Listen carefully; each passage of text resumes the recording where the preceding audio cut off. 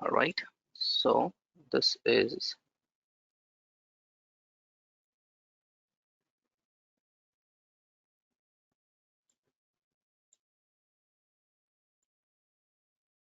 okay. So what are the three options for creating a base data set?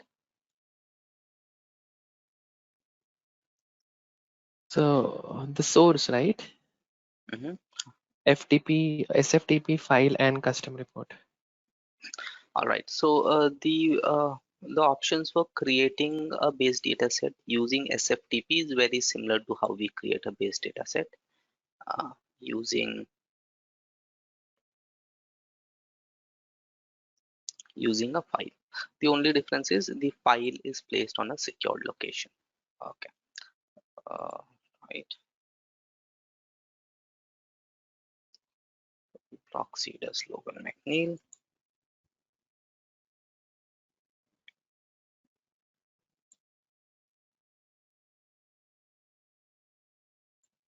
Okay, so data catalog, and I want to create a base data set using a file. All right, so I'll go to the create option, create from SFTP.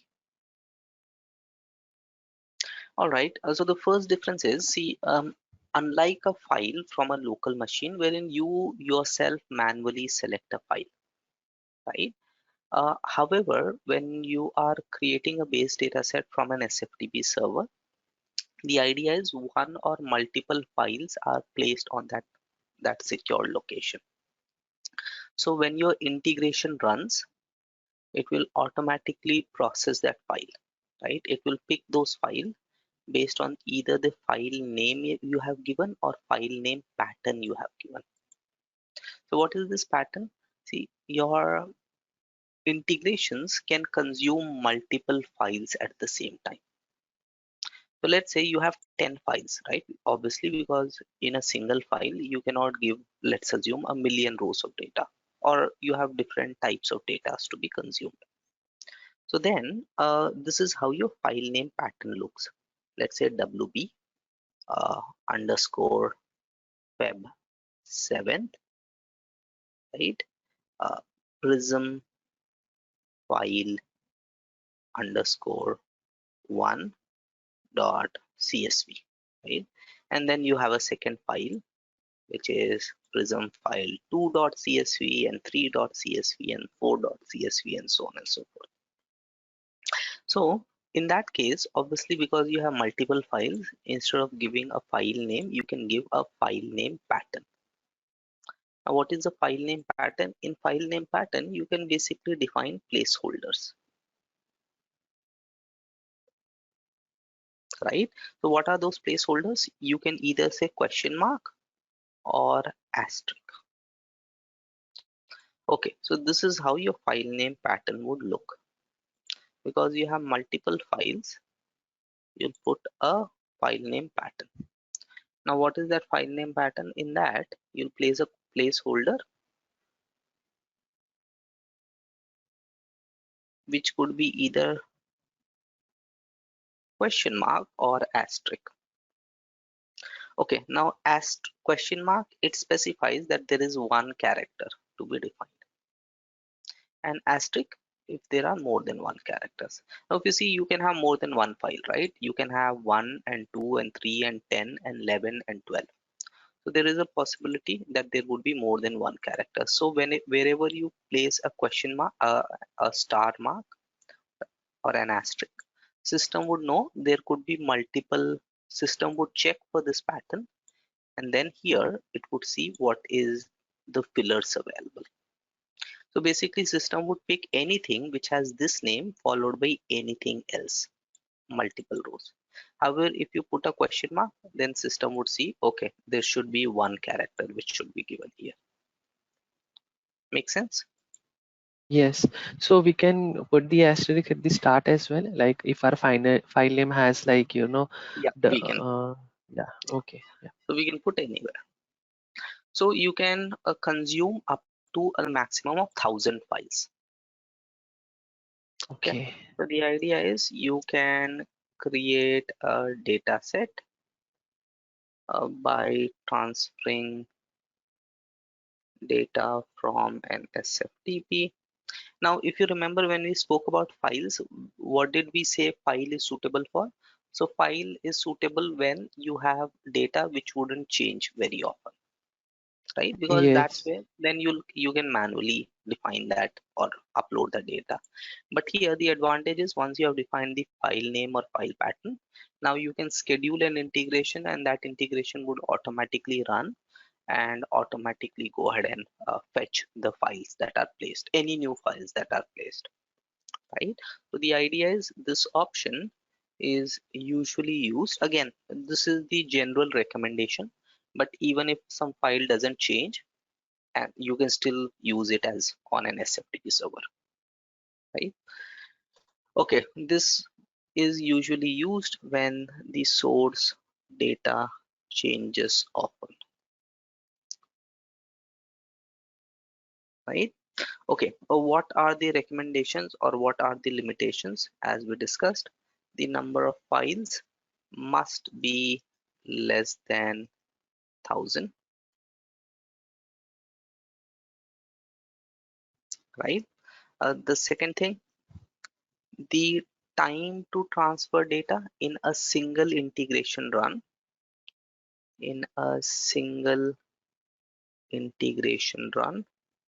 should be less than 6 hours. So anything which takes more than that because it consumes the server resources, Workday would go ahead and terminate it. So this is not so much as a technical limitation as a limitation which has been put by Workday, right? Because obviously it's a cloud-based system. So different organizations are consuming server resources. So anything which takes more than 6 hours will be terminated by Workday. Okay, the third thing, each file must be less than 1 GB if it is compressed, and it should be less than 10 GB if uncompressed,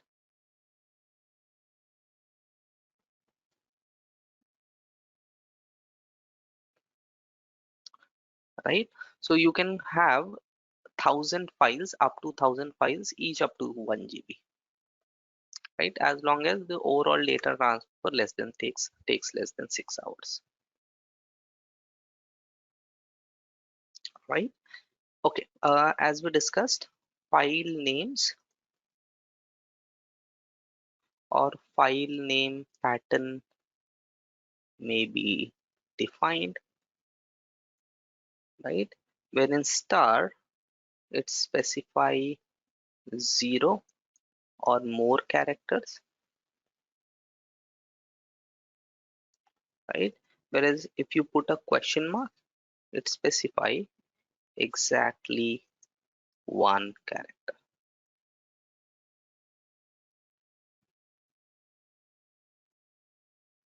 Okay, then you would obviously specify the SFTP server details, the directory, the authentication method, username, password, and so on and so forth. Now, what is this usetemp file? So what happens is when the data is imported, it will first be imported into a temporary file, right? After the data import is complete, then it is from temporary file, it is then imported into your base data set, right? Okay, so once again, if you select this option, data is not directly imported into base data set. It is first imported into a temporary file after all the data load has finished. Then from there it is transferred to a base data set. Now this is usually recommended when when you are importing huge amount of data, Okay. right? So that if any data fail happens, that way you are not in a situation wherein half your data is imported and other half is not imported, or maybe before one data load completes your second integration run has automatically started, right? So after the data load has complete, system would automatically delete the temporary file, Okay, got it. right? Okay, so wherever this checkbox is selected, after your file, after your data has been retrieved, this would be deleted from the source. So two things. Workday imports data into a temporary file. From there, it imports into base data set. And after your data load has finished, then the temporary file is deleted. But here, when we are saying delete after retrieval, we are talking about the source file. So what happens is, once the data load is complete, you want the source file in your SFTP server to be deleted so that there's no confusion that this file has already been read, Okay, so we will right? first import the data from SFTP, and then if we check mark on it, the source file from the FTP will get deleted. SFTP automatically be Okay. deleted. Because what happens is, let's say there are 10 files. Now my integration has already read 5 files or 6 files or 10 files. The person who's placing that file wouldn't know how many files have been read, what is the status, right? He or may not have access to the Prism system because he is from some third party system who's only responsible for placing the data from his own legacy system, right? So when we select this option, this removes the confusion. Once a file has been completely read, it will be removed from the SFTP source, right? And then new files can Okay. be placed. Okay, Yep. but the only catch is, if your file deletion fails, then your whole integration will fail for whatever reason. If your integration is not able to, so even if it has read all the data, and then when trying to delete that file, if the file deletion fails, then your integration would be failed as well, right? So if for any reason Workday is not able to delete the file, then your integration would be failed. All right. Okay, so use temp file. When this option is selected, what happens? System, it writes the imported data to a temporary file in Workday, right? And that file would have some random name. After the data import is complete, Workday automatically removes the file, right? Again, you might want to enable this option. So this is not required that you have to enable this option always, but what are the recommendations to consider if this option has to be enabled? If data import takes a very long time to complete, right? And there are chances of failure, right? Or maybe your data import might not finish before the next schedule time to import data from server.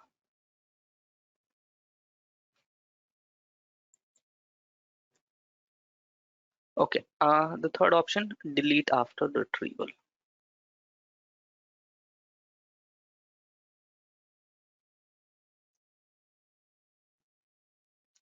So this, what does it do? It deletes the file on the SFTP server after the data is imported into data set. However, if Workday is not able to delete the file, the data retrieval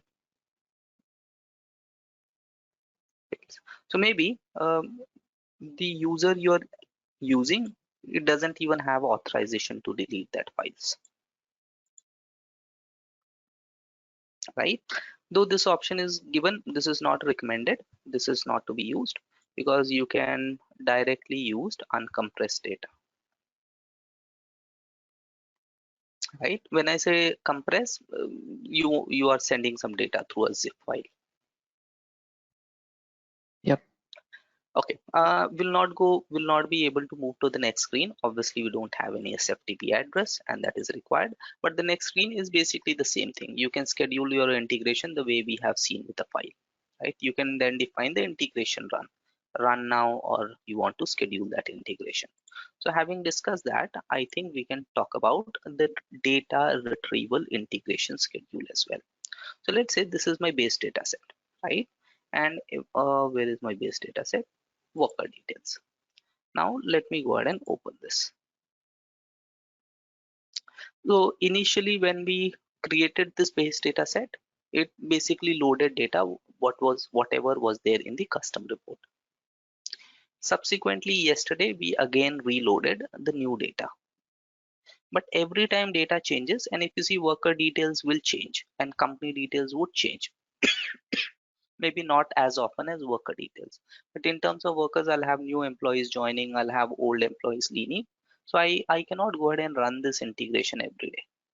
What I want is this base data set to automatically import data whenever there is some new or on a daily basis. Okay, so what I can do is I can either run the integration now, which is what we did yesterday, or we can edit the integration details. So if I view the integration details, you see it is selected to, we have been running it manually, right? So every time if you see, initially on 7th, we loaded the data, and then yesterday we again loaded the data.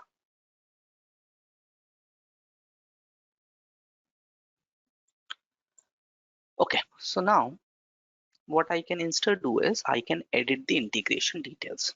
Now this is true even for SFTP as well. Now here, so this is my initial transport protocol, which is what was selected when I initially created the base data set, wherein we selected the custom report. I'll click OK. The next screen is where we define the run frequency. So instead of running it now, I can run it on a daily, weekly basis. Let's say I want to run it on a daily occurrence. I'll select OK. Now here I can define the integration schedule, right? So I want it to run every weekdays, right? Or it records every 5th day or every 10th day, right? I would be defining the start time, the time zone in terms of which the start time has to be defined, and the catch up behavior. Now, what is catch up behavior? Okay, so let's say your integration is supposed to run every day, right? So I'm saying run every day, right? Okay, now let's assume on a Saturday or a Sunday or any other day, because of outage, your integration couldn't run, right? In that case, how do you want the integration to behave? You want the integration, if you see, if you don't specify the catch up behavior, so if you select the option as none, then what system would do? System would run, so my integration did not run on Friday because of an issue. It did not run on, let's say, uh, Saturday, and it did not run on Sunday, right? Okay, now when Monday integration runs, then how many times do I want the integration to run? Do I want the integration to run 3 times, or do I want the integration to run just once? So usually, because this is a custom report, it would have all the latest data. I'll just say run it now once. So it also depends on how my data source has data. Okay, so let's say my custom report, it runs every day, or every day as per the filter criteria on the custom report. It checks how many people have been hired from morning 12 a.m. or 12 p.m. in the night till 11:55 p.m. in the night. And 11:55 p.m. is when my integration runs. So this integration runs at 11:55 p.m. in the night. right? It checks,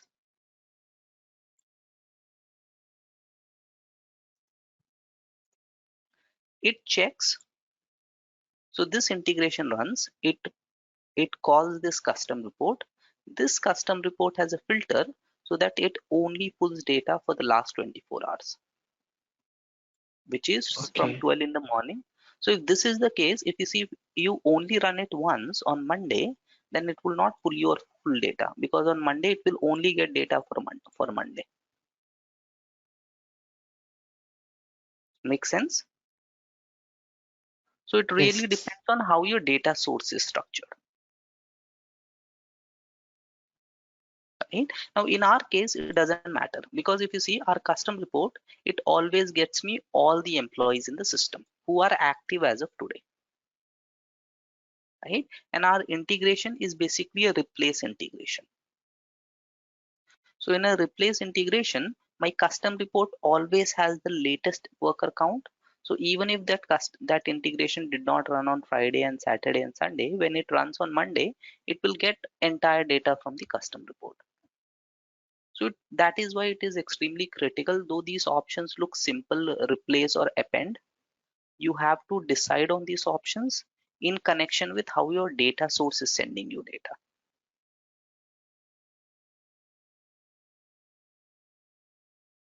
All right. So catch up behavior basically defines how many times your integration should run in case there is a failure. Okay. Right. Now this integration run, it is for data retrieval, right?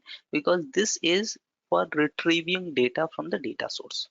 So there are two kinds of integration runs, and we'll talk about those. The first one is data retrieval, because with this integration run, we are trying to retrieve data from Workday, from the data source, whatever the data source is. The same logic also applies when you define an integration run for SFTP. So even over there, you are retrieving data from the data source,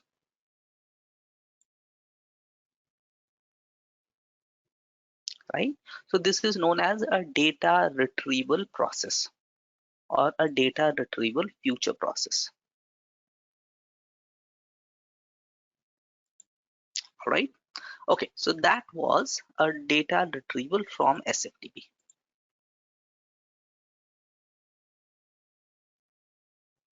Okay, now let's look at the Prism calculated fields.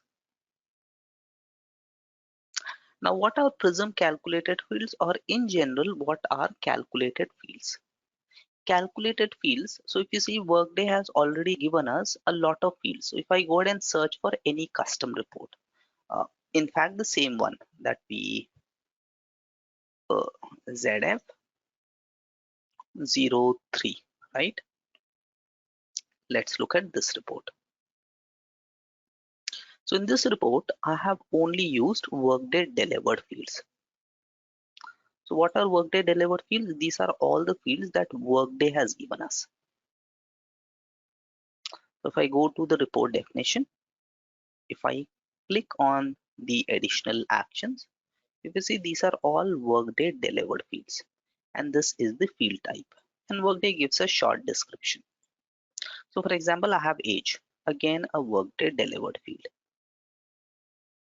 Now many times what happens is, okay, about business object yet, right? Are you aware of a business object and a data source?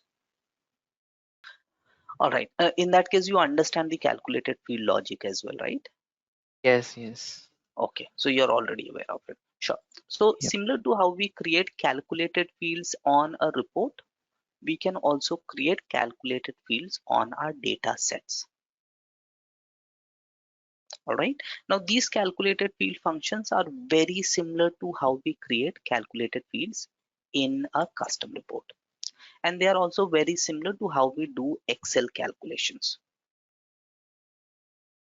Okay, so now have since our data set is complete, let's go ahead and look at a few Prism related calculations. Again, these are very similar, very simple. So let me go back to the data catalog, BDS01, DDS01. This is our final data set, and I want to edit it.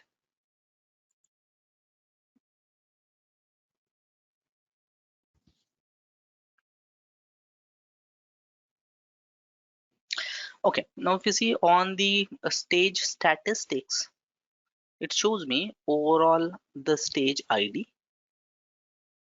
the total number of fields, and if there are any calculated fields. So here we can see all the calculated fields in the system.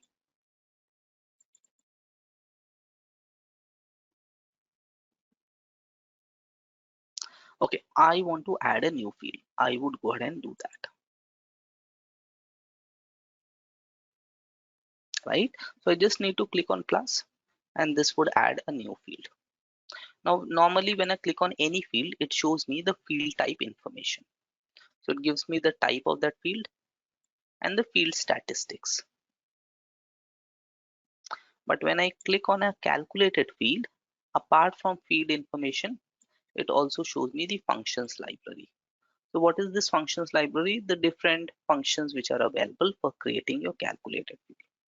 Now here I can directly search for a function, or I can go through this list and select a function, right? Yep, Now it's like Excel, right? it's like Excel, Yeah. right? Now when I expand this, if is the only difference is, if you see in terms of date, we have a single function called date difference, right? Wherein we can find the difference between two dates in terms of years and months and so on and so forth. Here, for Mm-hmm. each one of these, there is a separate function. So you see, there is a function to find difference between two dates in terms of dates, in terms of hours, in terms of milliseconds, minutes, seconds, years. So there is a separate function for each of those calculations. Whereas in normal calculated field, there's just one calculated field, date difference, right? The second thing, if I go ahead and expand this, it will show me a short syntax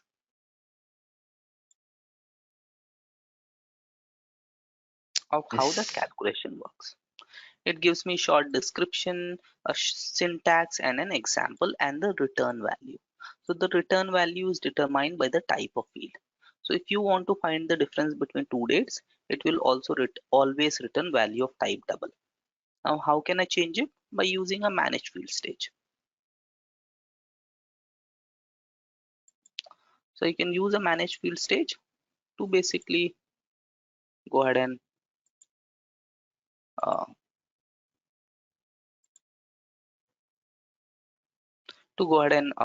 change the field type. Okay, so once again, I want to rename this field.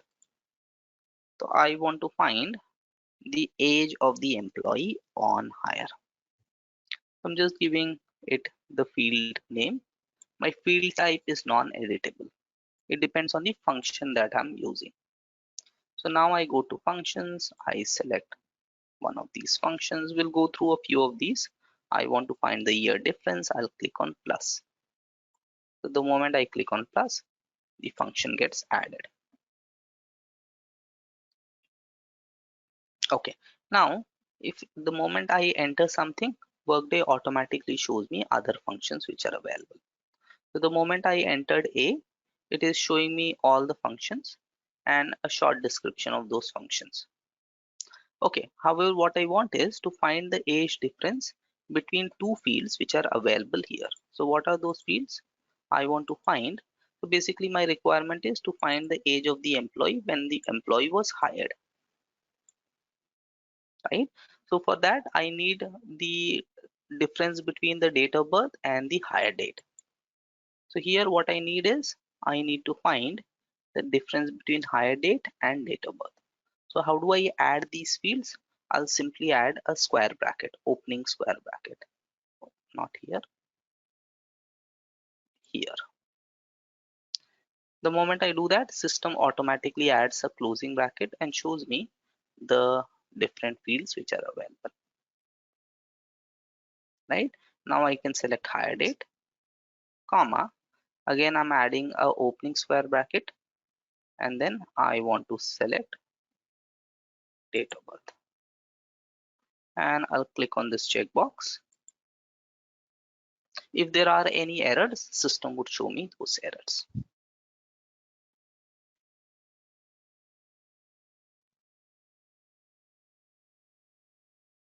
Right? Let's move to the right. As I mentioned, the return type is double because the calculation for this field always returns double. Now, obviously, I don't want to find age difference in terms of double, right? In terms of these many precisions. Then I can add a new manage field stage and change the output type or field type to numeric. Change the decimals as well, right? Not here. So again, that's what I was saying. Here you cannot change because the return type for year difference, if you see, is always double. So Okay. for double, the decimal precision is defined. So how can I change the decimal precision? By using my manage field stage. Okay. Okay. All right. Or let me do one thing. Let me come in here, delete this field here. I'll add. So what will happen is now I'll not be able to change anything here. I'll have to add a new manage field stage. So if you see here, it doesn't show me this new calculated field that I've added. Yes. So when I add a new stage, that's where this new calculated field would show up. And there I can change the output of this field. Okay, the next one. There are, so let's say there are some, if in reporting, have you worked on eval expression and eval expression band? Yes. By using the true false and all, we used to get the Exactly. constant, fixed Right. constant. Yeah. So similar to that, we have a function called case here. So we have a Okay. case related function, again similar to as you mentioned in Excel. So now we have 34 fields in total, and one of which is a calculated field. I want to add a new calculated field. Again, I would rename it, and I'm calling it the function. Okay, so what I want is, if you want to search your fields, you can directly go here and search from here. Okay, so we have org level from top. Yeah, org level from top. So you see here, it is showing me all the organization levels. So let's say this is the structure I have.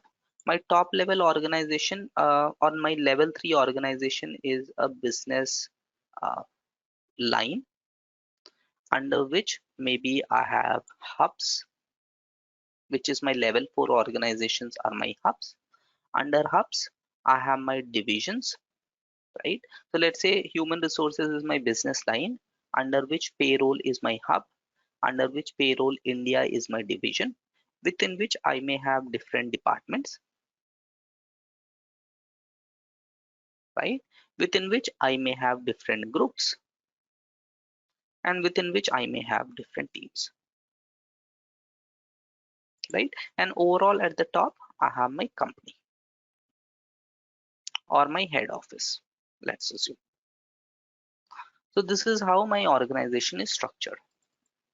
Now, instead of showing these numbers 3 or 4 or 5, I want to replace these values with these meaningful values, right? Because no one will understand what is 3 or what is 4.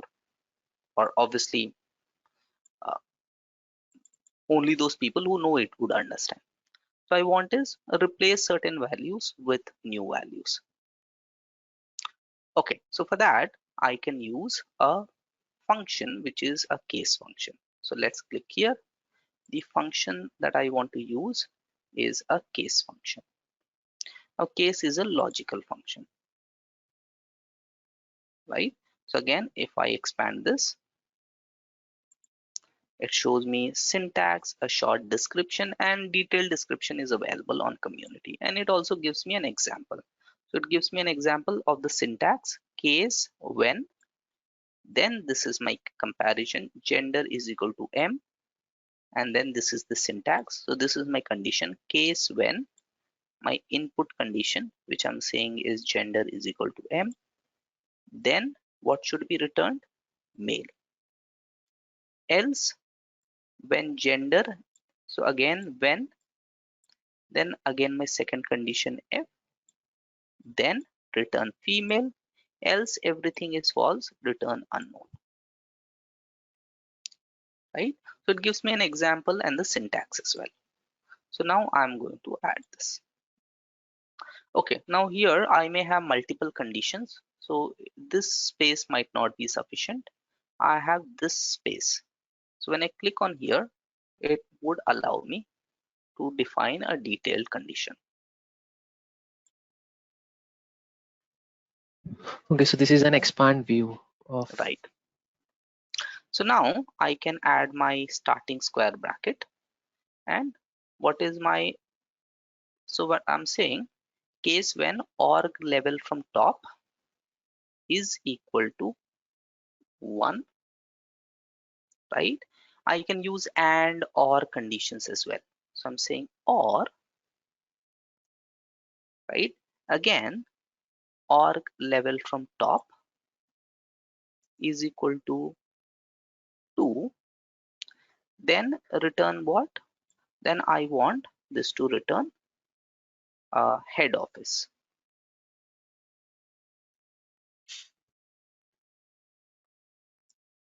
Else, else is my final condition. My second condition is when, I'll put this in caps. Again, org level from top is equal to 2, then return, this is a business line. When org level from top is equal to 3 is equal to 4, then return hub, and so on and so forth. When, let's quickly complete this, org level from top is equal to 5, then return division, and okay, let's complete this. Org level from top is equal to 6, then return department, else for everything else return team or project or group, whatever, and my condition ends. I want to apply this condition. Let's see if there are any errors. If there are any errors, system would show me those errors here,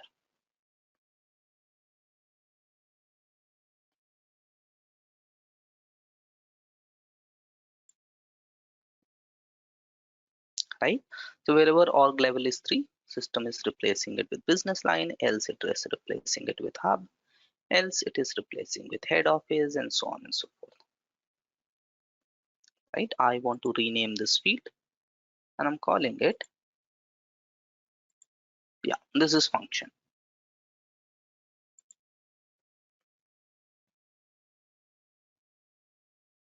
Okay, now what I can also do is, now this is a field of return type is text. If a return type is text, for example, I have concatenate, substring, many other functions as well, similar to how we have functions in uh, so let me add a new field. So with respect to text, we have all the normal text related functions. I can get the substring, I can concatenate two strings, and so on and so forth. I can reverse a string, and so on and so forth. So there are quite a few text related functions. Again, the details of all of these functions and examples are given on community.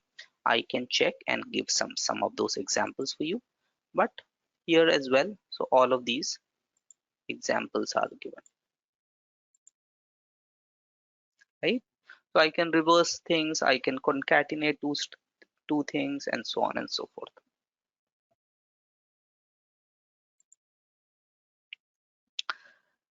Uh, okay, now there are some instance related functions as well, right? So for example, and if you know, even in normal reporting, we have these instance related functions, we have sum related instances, we have count related instances, and so on and so forth.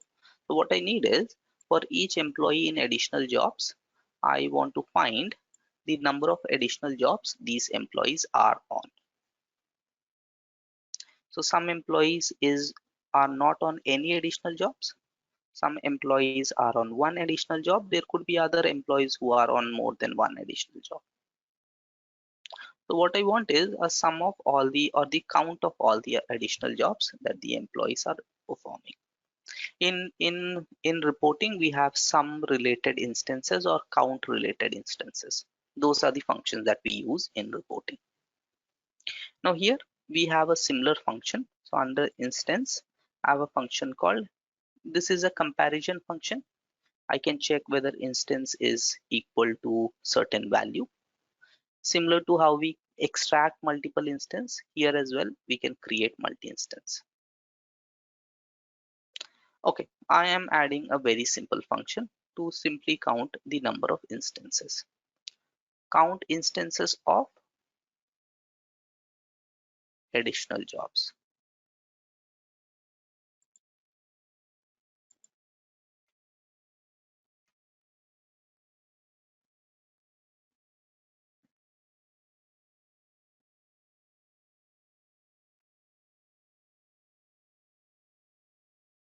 So if I scroll to the right,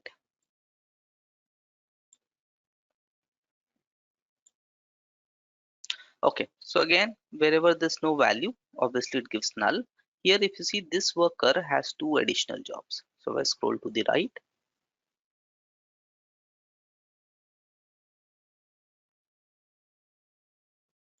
this worker has actually two additional jobs.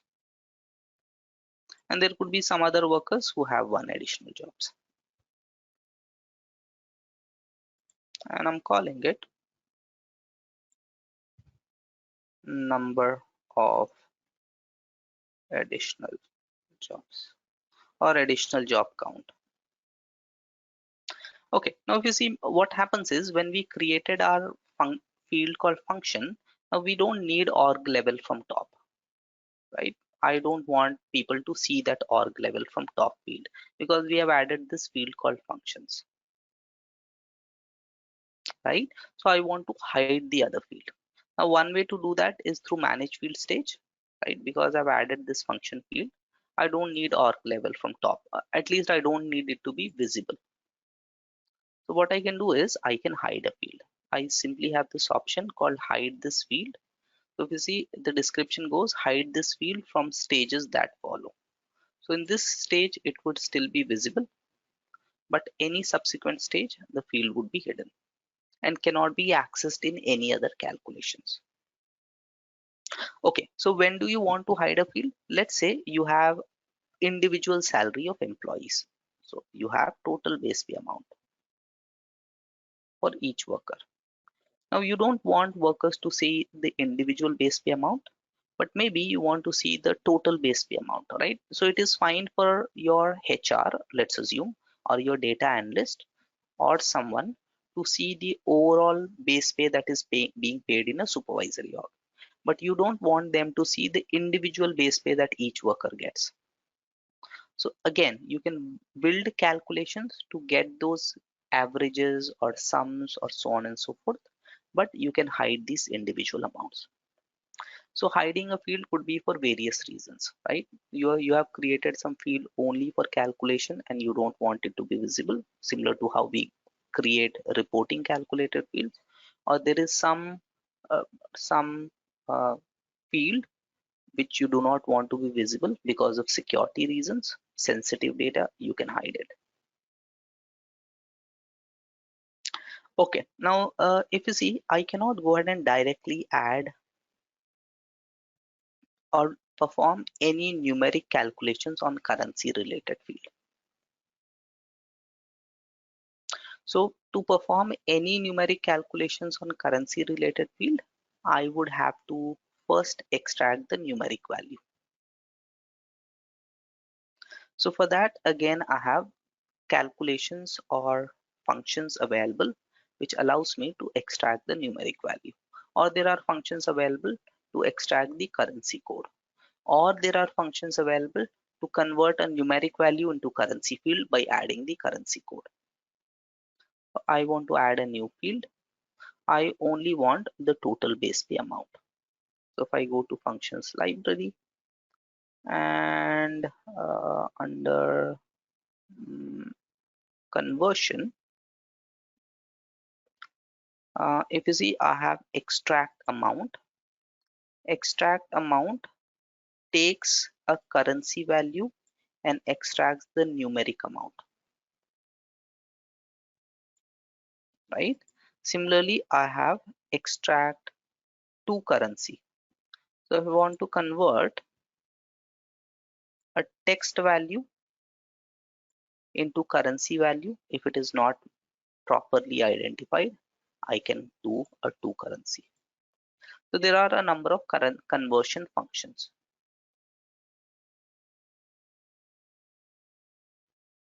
Similarly, extract code, instead of amount, I want to extract the currency code. So out of total base pay amount, I just want to extract the currency in which the employee is being paid. I can use extract code or I can use extract amount, right? So I want extract amount of total base pay amount. So this is total base pay amount, right? I want to extract the amount of it,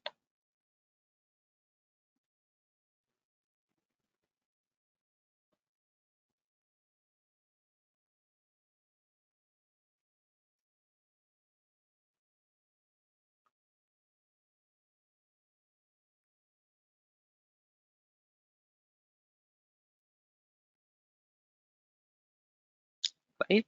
So again, now I only have the numeric value and the return type for this is numeric.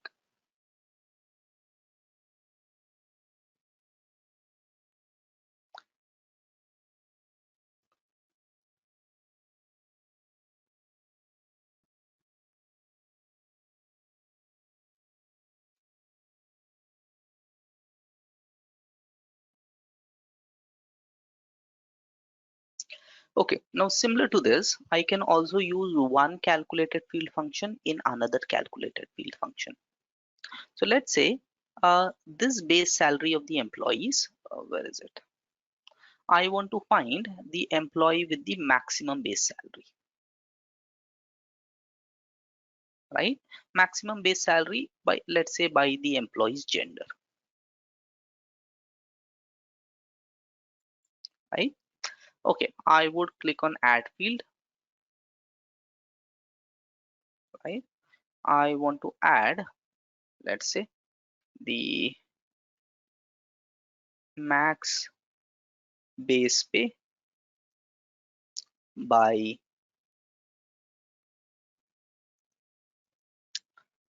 supervisory organization.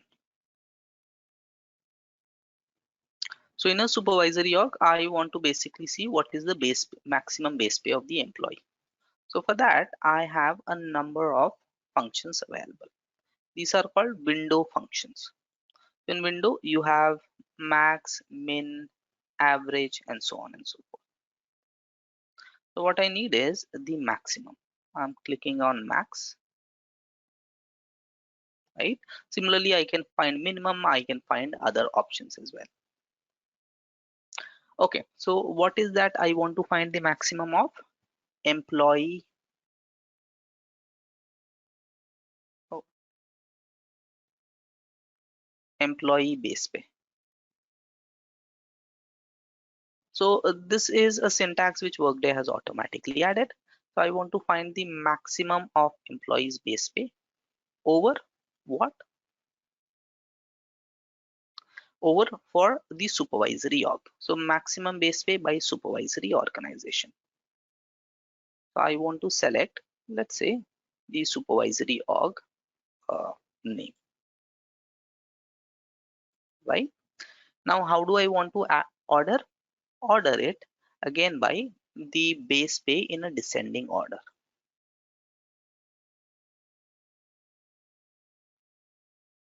right? So again, I'm selecting employee base pay,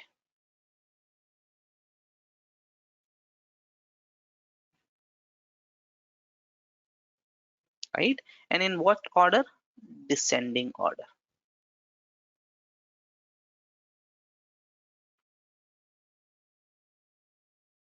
right? So once again, I want to get the maximum of employees base pay in each supervisory organization, and then I want to order the result based on employees base pay, right, in a descending order. Let's apply this.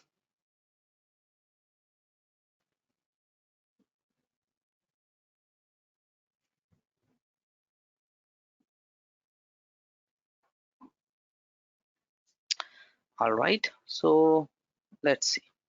Now all my results are first thing sorted based on the supervisory org. Let's quickly check where is my supervisory org. So supervisory Sir? org name. Okay, so if you see the first three results are for those supervisory orgs, obviously they don't have name. And then in IT services group, it is again sorting it based on the supervisory org. The reason is we have grouped it by the supervisory org.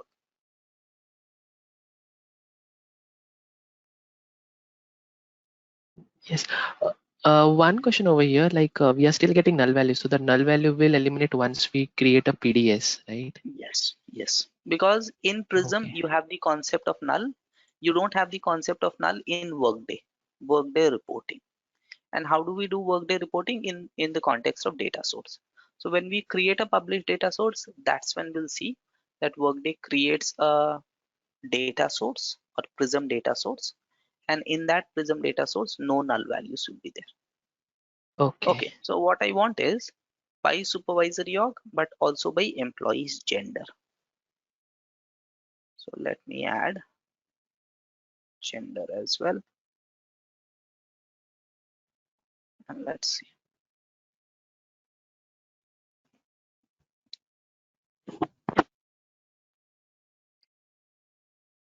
There are some good examples for this. I can try and get you some those examples. Okay, so now let's see this supervisory org 128037 row number 4. So first little row number 14, right? So let's look at supervisory org name 14 IT services group. Okay, and so from 5th onwards, actually 14, 15 until 18 we have IT services group. Let's look at gender now and see how Workday is. Where is gender?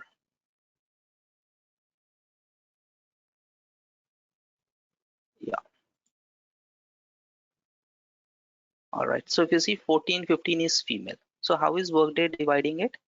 For all null gender, it is calculating separately female. Again, 14th and 15th is female. So it is getting maximum for female and then remaining are male. So it is within a supervisory org, it is dividing, doing three different partitions,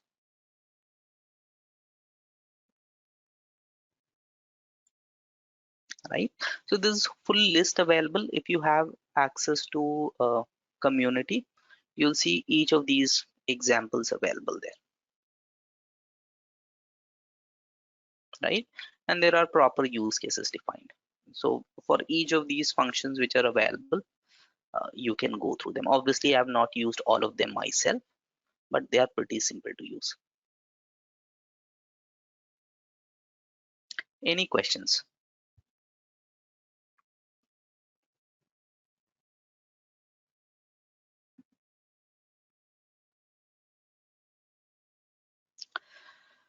eliminate that Okay. decimal. So Mhm. how would we do that? Sorry, Because we come sorry. across a lot of numeric values. So yeah, I we didn't come get across that. a lot of numeric values, Mhm. like while creating a calculated field, some of our hello, am I audible now? Yeah, yeah, yeah, yeah, So I you was are. saying, if you see, most of our calculated fields have, yeah, Mhm. so most of our calculated fields have decimals like 5 6 digits. Right, So if I want right. to do it as two decimals, Manage so it. how will I do that? Yeah.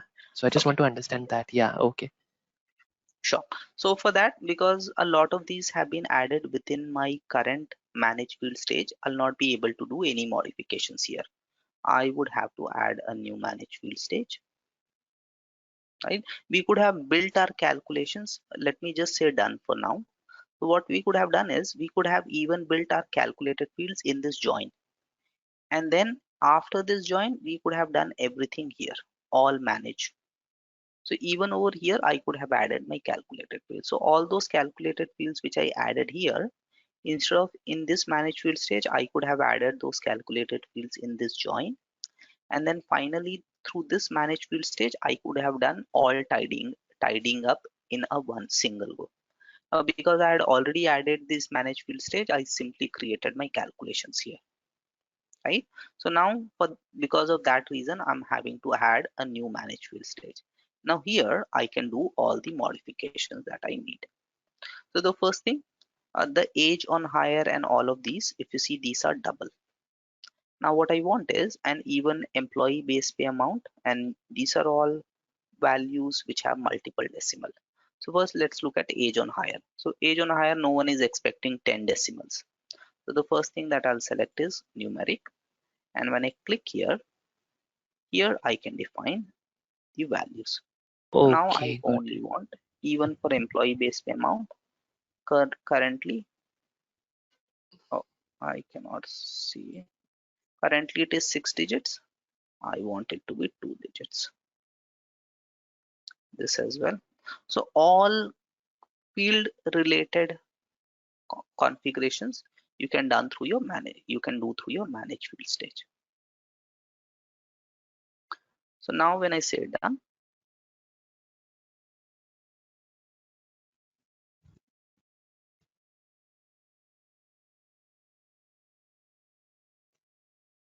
right? So here we have employee base pay, age on hire, which is only 2 decimal places. Here it was showing up to 7 or 8 decimal places,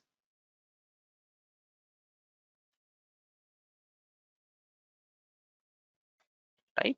So this is how it looked earlier. Even the uh, other functions, they were all 6 or 7 decimal places. Now they are all 2 decimal places. Okay, so what happens is many of these cases we simply add numeric values. So one of the project that I worked for, this is what we did. So we ultimately, have you come across or worked on something called scorecards in Workday? No, I haven't. Okay, so Workday scorecard is again a part of reporting. Obviously it is part of advanced reporting.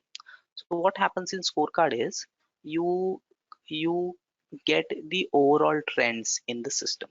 So for example, you can get, let's say, the number of employees, head count in Jan, the female count, the gender count, the employee type, the employees on international assignment. So you want to get these numbers on a monthly basis. For this, we create something called scorecards. Now, scorecards are created using composite reporting. I'll not go in detail, but I'll quickly show you. Right? Let me just save it. So for that, in what we do is in Prism. Now why am I talking about scorecards here? Because if you want to build your scorecards, if you see, scorecards are nothing but summarizations, right? So count of your employees, count of your females, count of your males. Now when you say count, system would not be able to count gender, female, male here. So what we do is we create a lot of case related functions. So we'll say case when male, then 1, case when female, then let's say uh, 2 or zero point 0.5 or whatever, right? Similarly, when employees on international assignment, add 1. or change it with 1. And finally, what we do is through scorecards, we simply add up those values. Okay. Right? So how do we create a scorecard? So again, as I mentioned, will not go in details. So this is where we define those scorecards. So we create, there are quite a few scorecards created. So I created one, this is just one sample value. So in these scorecards, we define different metrics. So in the metrics, this is where we can define different metrics. So if you see this metric I have defined to get the headcount, right? Similarly, I could have defined a metric to get the termination count, to get the employees on international assignment, to get the employees based on their age, and so on and so forth. So we create these scorecards, right? We create these metrics, and finally we create reports which are used to publish those metrics.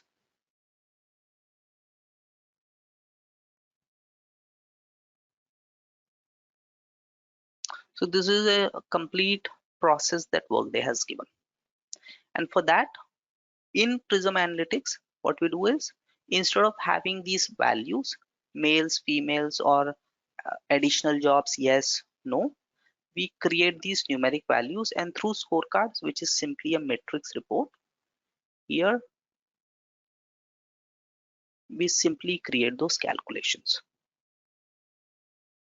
And finally, we publish those calculations through through composite report.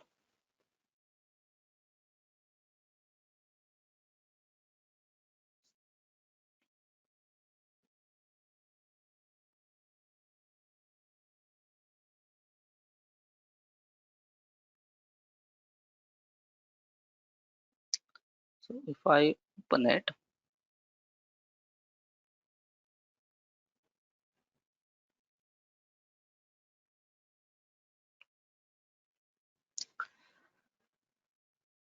okay, so actually, if you see, this is a composite report, and here I'm getting those headcount trends. So this is how we create different dashboards. Again, this is a completely different aspect of your reporting in Workday. Okay. Okay, any which ways. So for that, what do you do? If your client says that they need scorecards, the prerequisite, you need to get that data in your Prism for building your scorecards. So scorecards are nothing but the high level trends, right? Which is basically your count, your summarizations. So if your client needs summarizations, you have to ask them on what values do they need summarizations. And for those values, you have to create data in Prism. So for example, they say they need head count. Again, let me go back. So if they say they need head count, then you should be able to count your head count, right? And how do I count my head count? I have created a simple matrix report for this.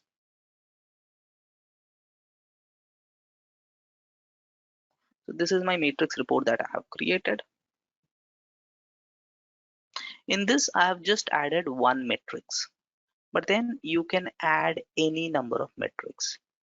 So if you see, this is on my Prism data source that I created.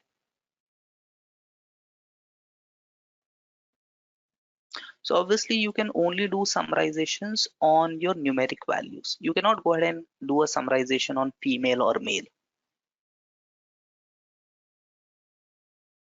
right? So you'll first have to create these summarization fields. And for that, your case function is very important. So you will see a lot of case related functions being utilized.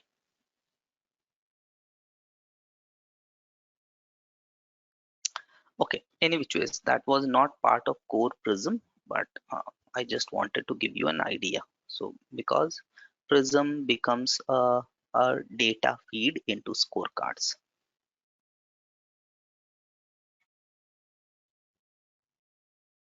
So in the context of security, if you see, when we initially created our custom report, right?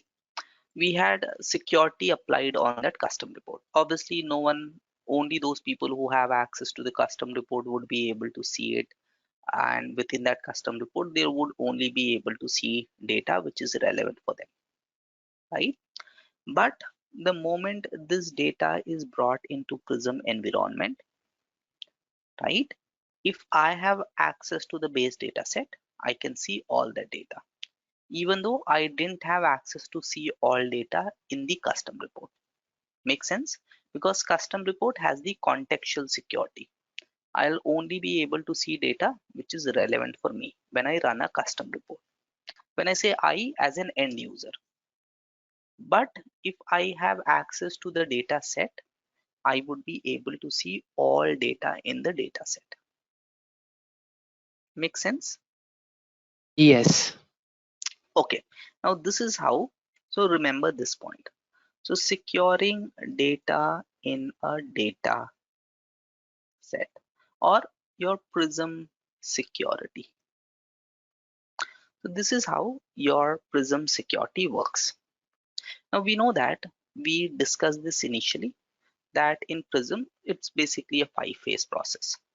We first get data into base data set, we then create derived data sets, and then we using derived data set we transform our data, we apply security, we publish our data, and then we analyze our data. Okay, so similar to that 5-phase process, corresponding to each of those phases, Workday applies or Workday security model applies. Okay, so the phase 1 and phase 2. So what is phase 1 and phase 2 in Prism data management workflow? So the phase 1 is create base data sets. Which data set? And what is phase 2? Then we transform BDS. the data using derived data sets. Derived data set. Okay, so phase 1 and phase 2, I can simply say create and edit data sets.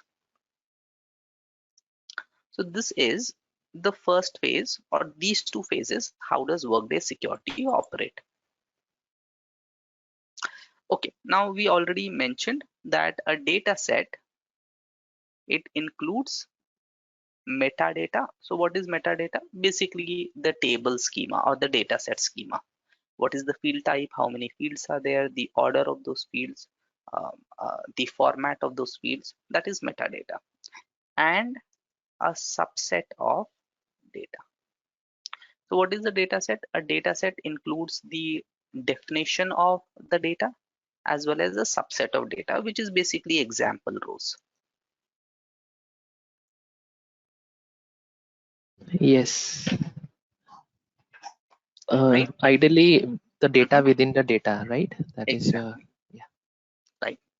Okay. Now the idea is only those people, those who have access to the data set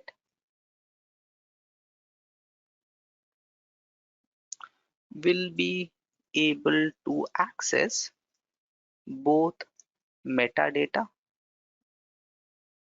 and data rows. So whatever data rows are displayed or the example rows are displayed, they'll be able to access all of that if I have access to view a data set,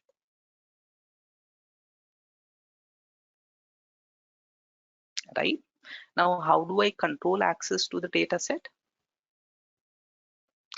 Okay, so in Prism,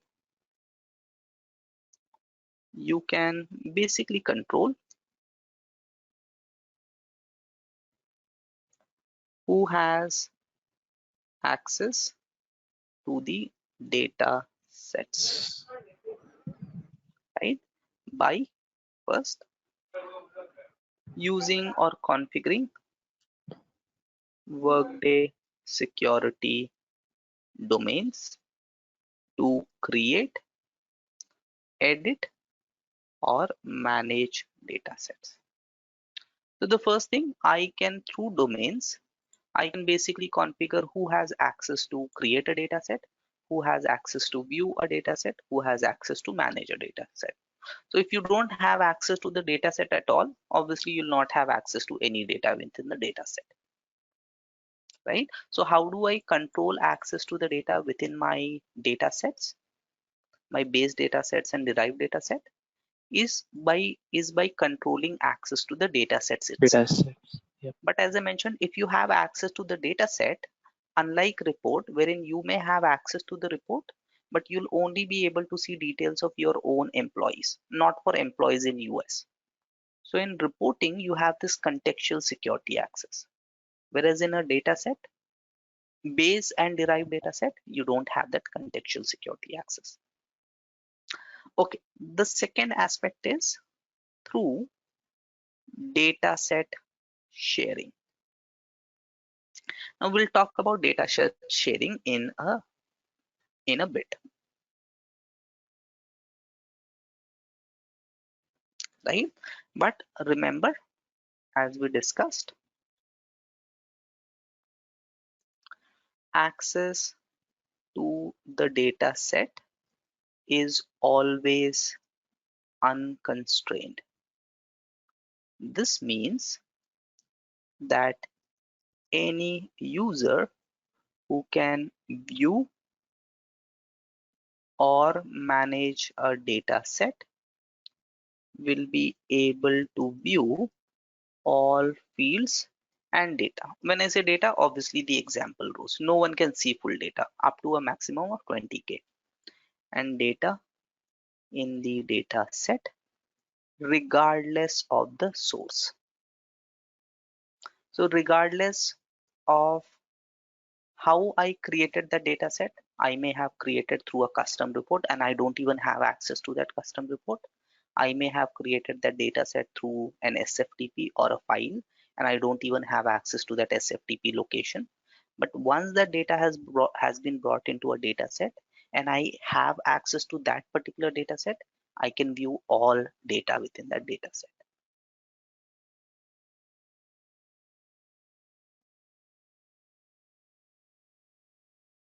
Right? So the idea is when you create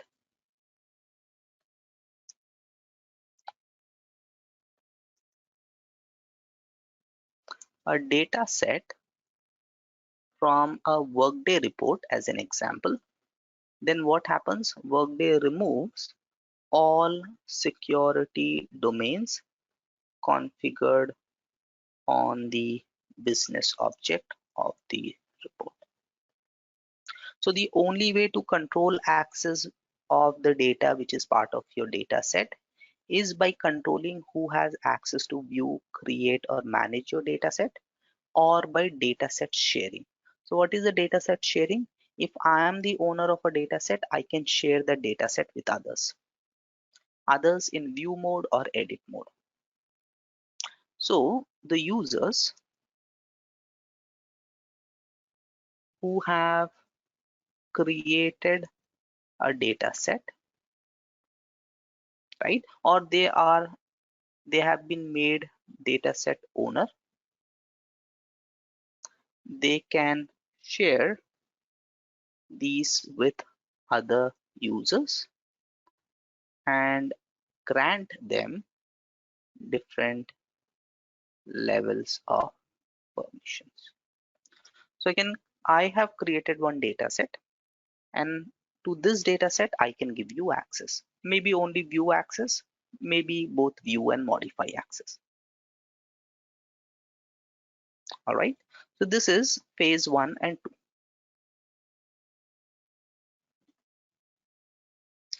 2. Okay. Now what is the next one? The next one is we apply security. So the next one is apply security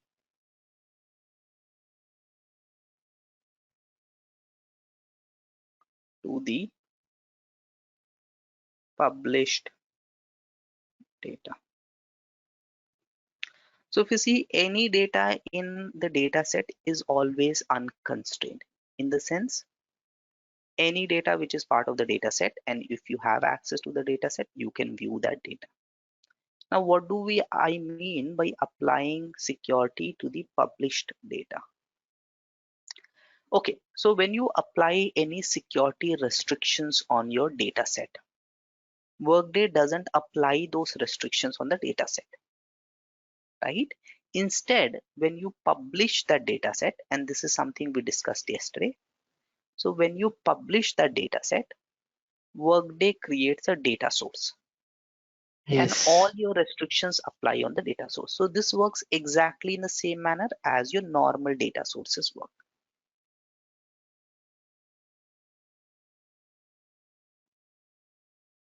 right? Okay. Those restrictions can be defined by us or by the security team. If we uh, create a PDS, they can be, see, so when I worked on it, so I was also managing security, so I had designed the security as well. But okay, usually if you are not dealing with security, then security team can be looped in and they would be the one okay. who can, because it has Mhm. to also align with the overall your global security strategies, right? You may only have Prism view of security, but overall you need to understand the security framework which is used in your Ye- project. Yes, got it. Okay, so applying security to the published data, it ensures that data have the proper restrictions when viewed in a report. So ultimately your restrictions are only applicable on your report. So even when you're viewing your Prism data, you're ultimately viewing it through reporting, because finally once you have published your data and it has created your data source, then you view your data through various visualizations. Now you create advanced reports, matrix reports, scorecards to visualize the data. Okay, so Workday applies the security to the published data in the form of a Prism data source. So Workday creates a Prism data source and there it applies security to the published data.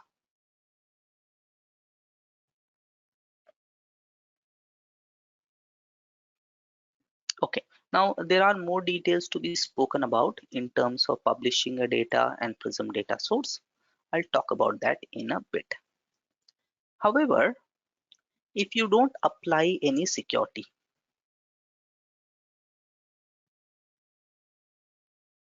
so if I don't apply any security to my DDS01,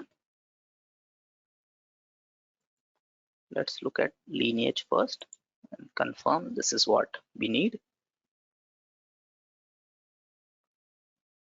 All right, so this is my DDS01.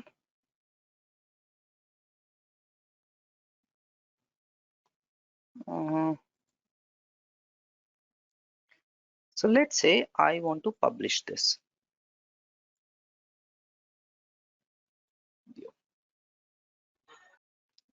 Okay, so I am in the tenant. Now, yeah, I can see the tenant. Yeah. Okay, so there could be a lag. I don't know. Yep. Um, all right, so I am looking at this DDS01, right? And if you look at the DDS01, this is our final derived data set, which has all the fields. This is currently not published and the data source security is not applied. So even if I have not applied any data source security, when I publish a data source, right? And I do that by clicking on publish. If you see, Workday applies an implicit security, and the security it applies is Prism default to dataset access. Make sense? Yes. So currently we don't have any security groups assigned to this. At this It's point in time, I have not defined any explicit security, okay. right? Even if no explicit security has been applied, and we'll talk about how we apply the security by applying security. When we publish a dataset, Workday still applies an implicit security. And what is that security? If I click on it, Prism default to dataset access. So this is the default security that would be applied. The dataset will be published and the security listed here will apply to the Prism data source. Now what is this Prism default to dataset access? So because you have not applied any explicit security, and when I publish this data source, Workday would go ahead and create a Prism data source, right? On that Prism data source, Workday would still apply this domain security. And what is that domain security? Prism default to dataset access. So this security is basically saying by default, if you have your dataset access, then you'll be able to view the data source. Okay, Yes. so Workday, so when you publish a data set, what does Workday do? Workday creates the Prism data source, right? Okay, then loads it with the transformed data. What transformed data? Which is there in your data set, and applies the appropriate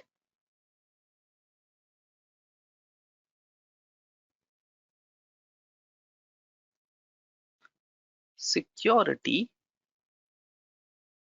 restrictions to this data. So three things happen.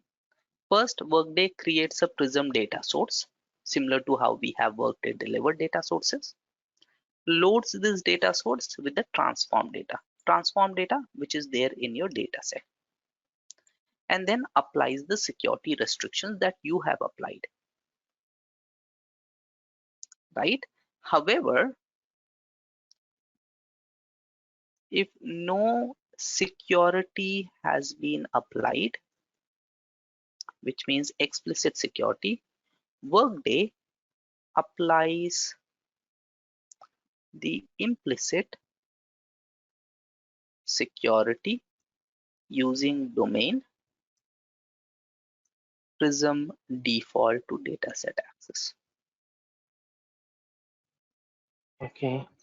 So does this dataset has some limited restrictions? It's a No, default one. So, yeah, okay. no, no. Uh, this has restrictions in the sense, again, as I mentioned. So what is this security access doing? It is basically saying that the security of the data set, sorry. So again, I have my data set. I'm going to publish this data set. Once I publish this data set, Workday creates a Prism data source. This point is clear? Yes. Okay. Now on this data source, Workday is applying security through this domain. Okay. I could have applied explicit security, but I didn't. So on this data source that Workday created, it is applying security through this domain. And what does it mean? It basically means only those people who have access to the underlying data set, which means the access to this data source will default to the dataset access. So what does it mean? Only those people who have the dataset access or the underlying dataset access which was published, they will be able to access the data source. Okay. So there's no Okay. restriction. The Yeah. restrictions are only in terms of security, right? And that is the implicit security that Workday is applying. Got it. All right. So that is the implicit security that Workday applies.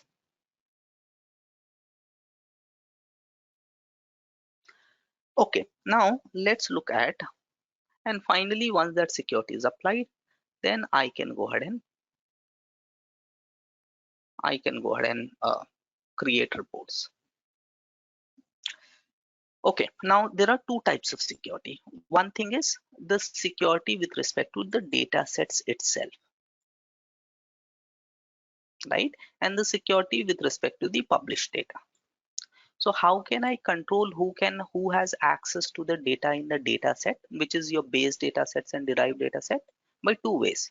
by giving them access to view, create, or manage datasets, or by a owner of the dataset sharing that dataset, which is dataset sharing.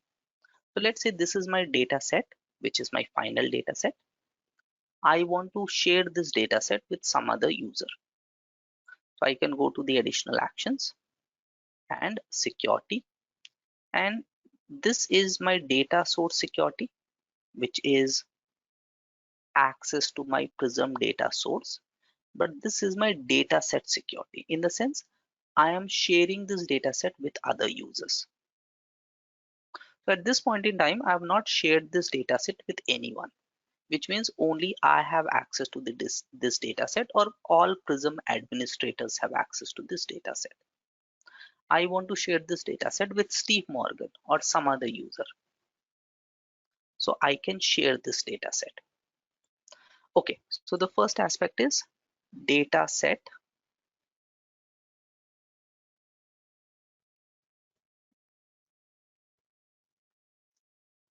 sharing. So the idea is sharing a data set is a way to control access to the individual data sets.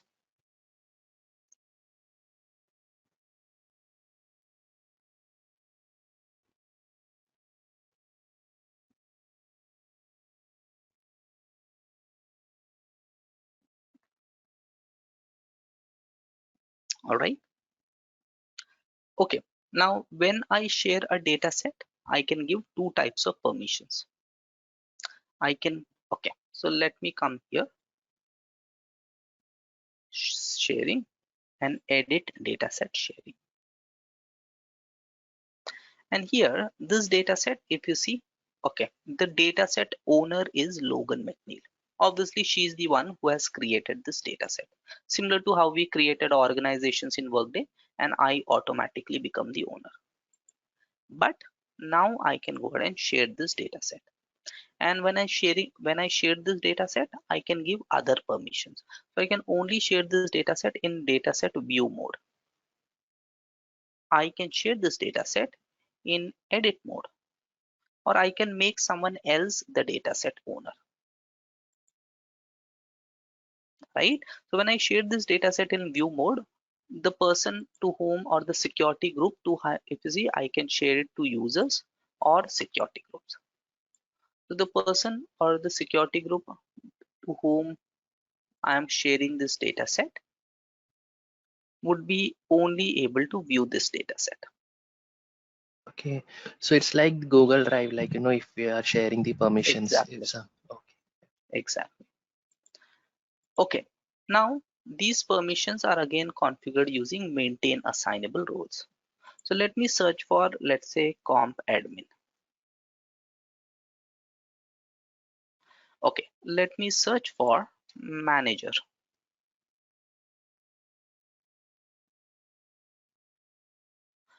All right, if you see, the moment I search for manager, system automatically assigns this role to this user.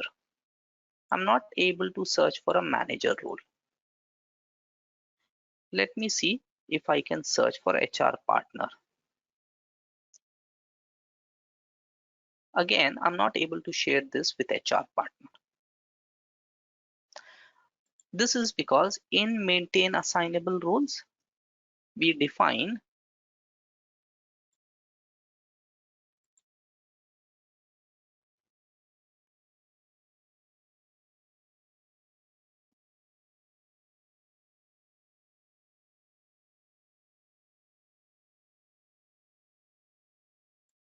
so if I search for data set.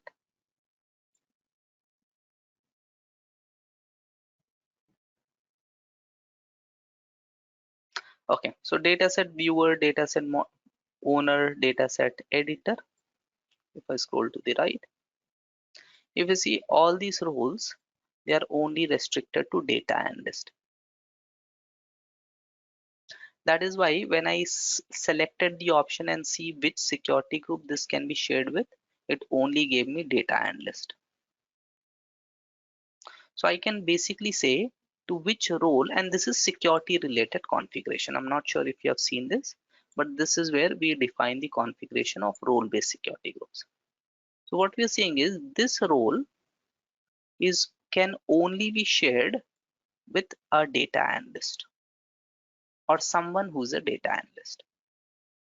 It says role assignees are only restricted to either all data analysts or those people who have the data analyst role. So that's why when I go to data catalog and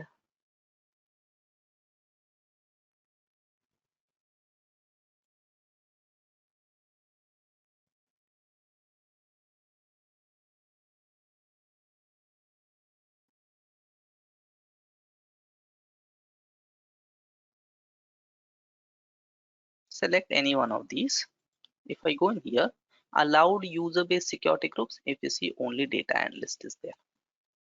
Let me see if I can assign it to HR administrator.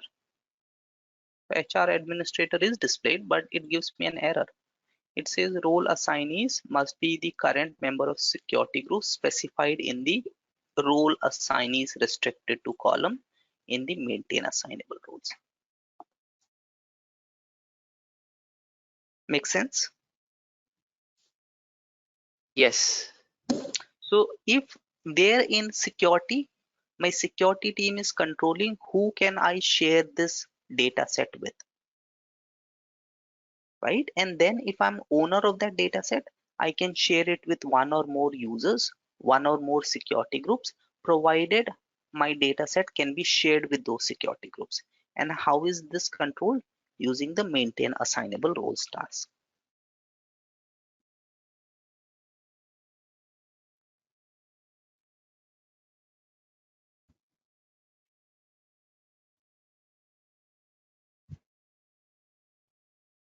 All right. Okay. The second thing, if I go ahead and share a data set, right? All data sets up to that point will have to be shared. So if you see only if I have to share this derived data set, right, with someone, that person should also have access to all the data sets which are feeding into this data set,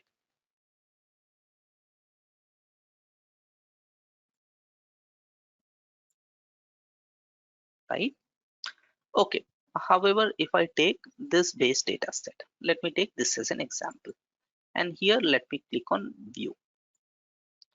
So this is earlier I was looking at the derived data set, the final data set. Now, if I go to security, if you see, I'll have to basically, if I have to share that derived data set with someone, I'll also have to share all the base data sets feeding into that derived data set. All right. Yes. Okay. Now let's go ahead and so this is the first level of Workday security, which basically controls who has access to the data in the data sets itself, or who has access to those data sets.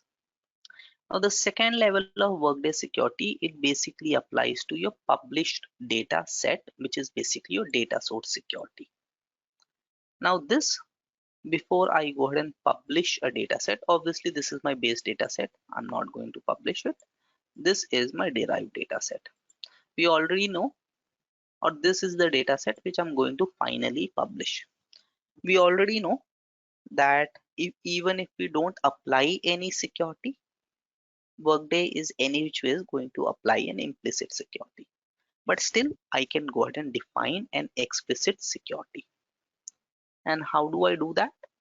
By going to the additional actions, security, edit data source security. So this is data set sharing, but this security that I'm going to apply, it would apply on the data source which will get created when this particular data set will be published. Okay. All right. So when I go to security, I can define the data source security. Why is this data source security? Because this security would again only apply on the data source which will get created if I go ahead and publish this particular data set. Okay, so now I'm coming here and I can define the data source security. So data source security, similar to how we define in reporting, we define data source security either for the entire data source or for specific rows or columns of data. So how do I control any security in Workday? I control this through domains, right? So for example, what am I saying? This particular data source which will get created, it will be secured by, let's say, a custom domain. Now there are, Workday has already given us a lot of custom domains which we can use for different purposes. So let's say I'm saying this particular data source will be secured by custom domain number 103. Now to this custom domain, then your security team will give the relevant permissions. Let's say this domain, your security team wants to share with Steve Morgan and Betty Liu. So are you aware of the security architecture? No, I'm not. Okay, so this is how Workday security architecture works. The first level of Workday security architecture is a security group. What is a security group? For example, we just saw data analyst. I showed you HR administrator, and the moment Yes. right, those are all security groups. So what is a security group? Okay, so a security group is basically a group of users who need same access. A security group is a grouping of users that has been created for giving them certain access. So HR manager and compensation partner and data analyst and data administrator, these are all security groups in Workday. Okay. So Yes. let's say you and I need access to same data.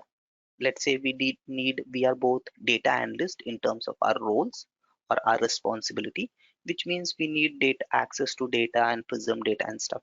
So what would be done? A security group would be created. Let's say it is ABC security group, and you and I, we would be both grouped into that security group or become members of that security group. Okay. So- right? So security group once again is a grouping of users who need same access.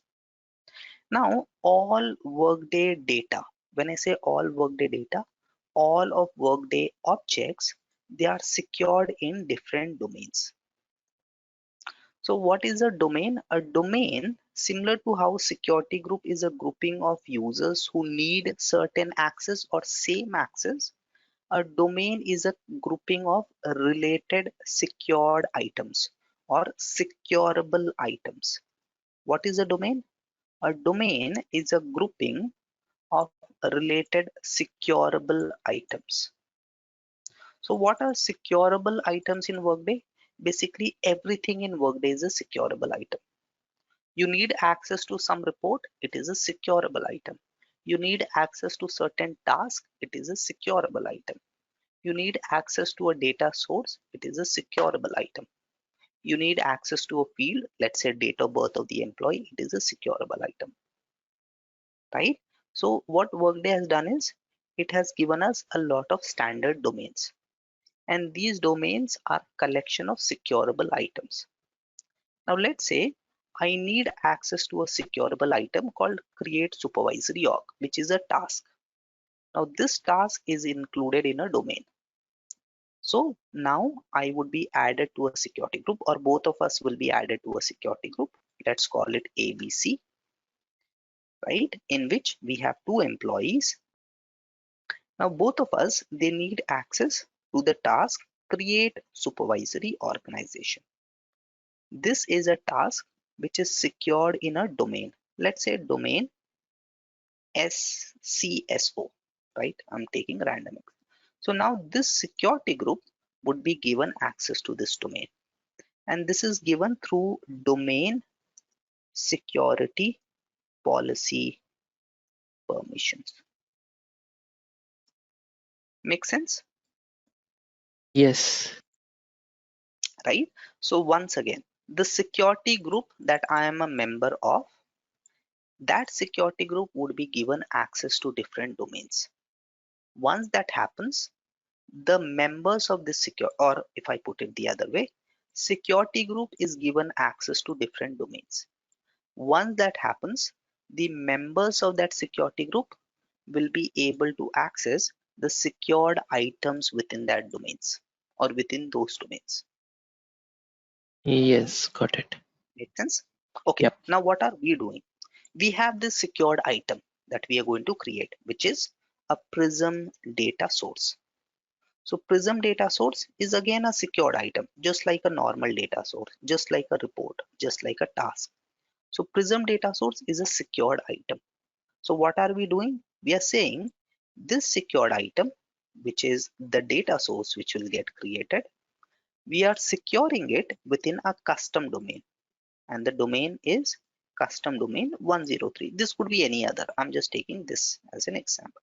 So what am I saying? Because this is my custom object I have created. This is not a Workday delivered data source.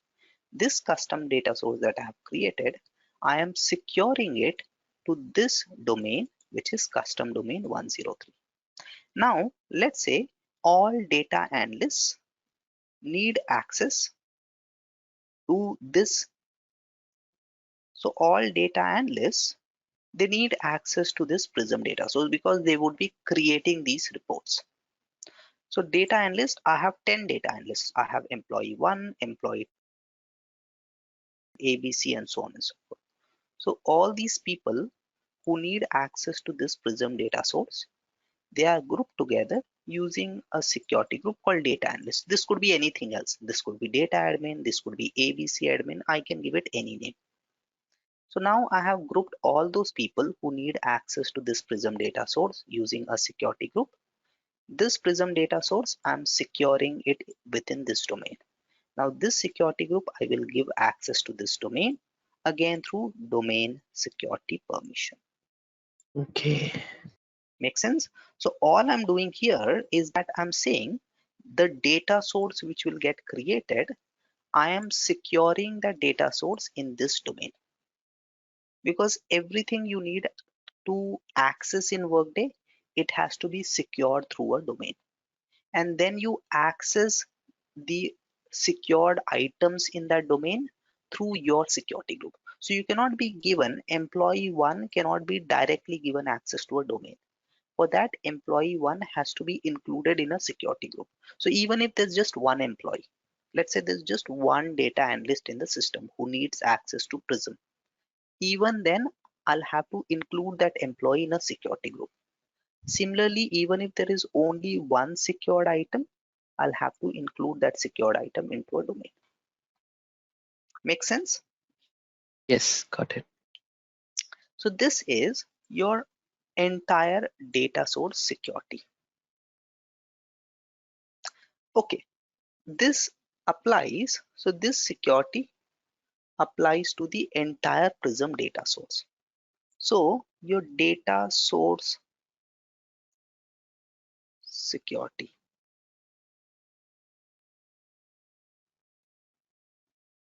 So your data source security may apply to the entire data source, right? Which is basically what you control through the domain. Or you can also do a contextual security. So for example, I have access to not, let's look at a normal report. So I have access to a report to view compensation details, whereas you also have access to the same report. When I run this report, I'll be able to only view compensation details for my own direct employees. Whereas when you run this report, you are managing, let's say, Hyderabad India team. You'll be able to view compensation details of Hyderabad in India team. Whereas when I run the same report, I'll only be able to view details of Mumbai India team because I manage Mumbai India team. So if you see on a report, we apply contextual security. So it doesn't mean if I have access to the data source, I can see all data in the data source. Now that contextual security or that row level security can be done through these securing entities. So if I just give the domain here, I'm basically saying any members of the security group would have access to all data in the data source. But then I can define a row level security. And how do I control that? By specifying securing entities. Okay, I'm not sure why it doesn't show securing entities. Okay, so what is a securing entity? A securing entity is an organization. So when you go to securing entity, system would basically see, let me select, let's say worker.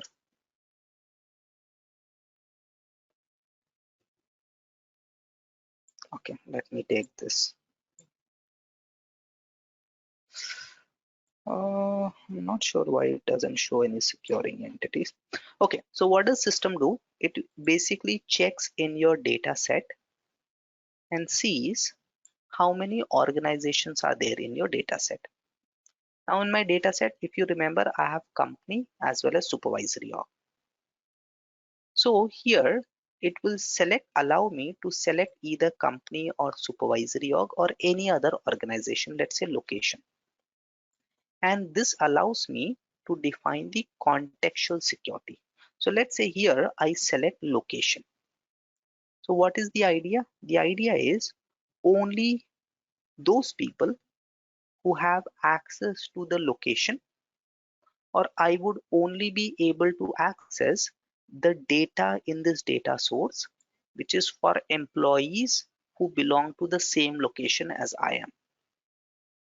So this is basically contextual security, wherein you want to apply a row level security.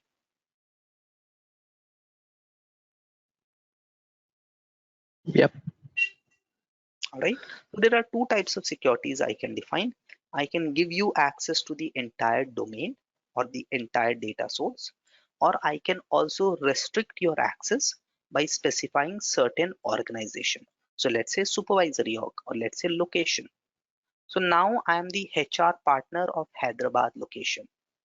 When I run, or when I in this data source, if I'm securing it with a location, when I run or when I view this data source or run a report which is based on this data source, I'll only be able to see the details of those employees who belong to Hyderabad location or Mumbai location. So I can secure it using any securing entities. I'm not sure why this doesn't display. Actually, it should show me all the fields here. So I should be able to select the fields. I'm not sure what is the issue. Maybe I don't have security, but then it should show me all the fields. This is strange. If we select a different domain, will it populate or No, it should populate the moment I select it, open it. It's not dependent on my domain. Domain is something I'm applying later, right? It should actually automatically populate. So all these fields, and it should give me these as the securing entity. I don't know, maybe I don't have the relevant access. Uh, mm, let's publish this data set and then we'll see. So I'm publishing it with default and submitting it. so we're publishing the DDS 01, not 03, right? No, because Okay, DDS01 yeah. is my final one, right? Yes, yes, yes. Everything feeds into DDS01. So if I look at the lineage, this is my final, right? Everything feeds into it. Mhm. So let's see what has happened once again.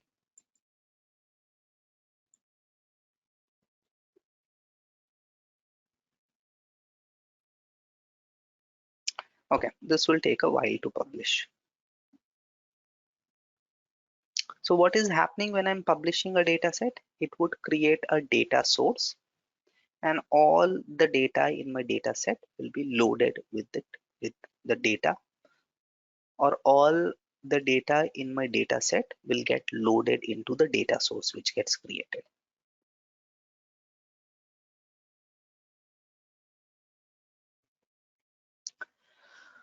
Okay, so I think this will take a minute. Let me just have some water.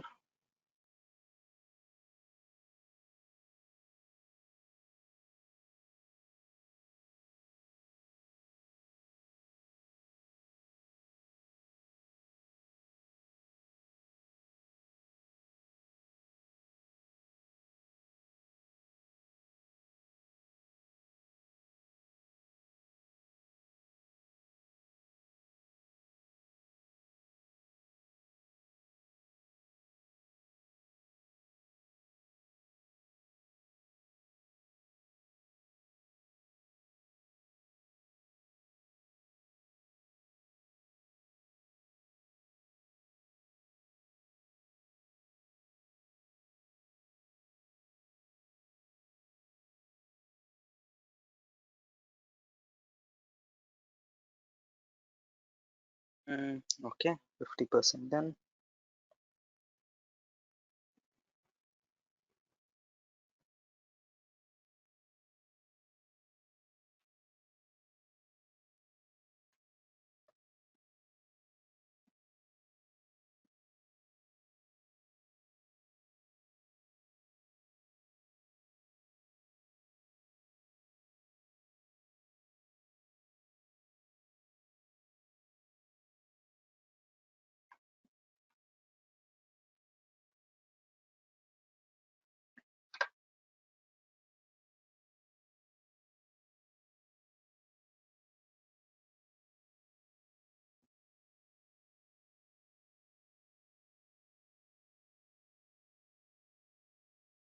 So similar to how we created a schedule, a integration schedule for loading data, exactly similar to that, we can also create a published schedule. We'll just Okay. look at that. Let's let this load.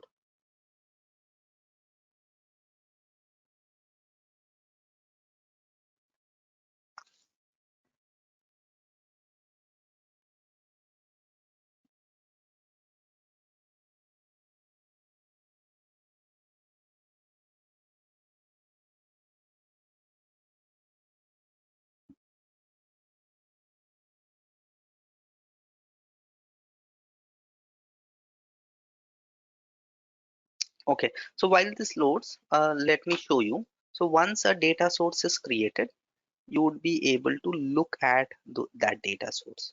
And there is this task which is Prism data source. So you can go here and see all the Prism data sources. So this is that report. You can see these are all the Prism data sources which are created, Yep. right? And people have, if you see, secured these data sources through these domains. And then if you see, these are because custom domains, no one has access to these domains. So what people did, I could have also done that right now, right? I could have selected a custom domain. And so what is happening? This data source, it is secured by these domains, but currently no security groups have access to those domains. But Okay. these are because Workday delivered domains, already there are security groups which have access to these domains. When I'm saying this data source is secured by these two domains, these security groups, because they already have access to these domains, any members of this security group would be able to see this domain. Okay, Okay. so if I go in here, let's see, right? So this is the data set and the name of the data source would be exactly same. So if I go to this data set, right? So this has created this data source and it is published. So again, if I want, I can security and edit data source security. Okay, this is actually an issue. It should show me all the field types. I don't know why it doesn't show. And it should show me the securing entities as well. I'll have to check.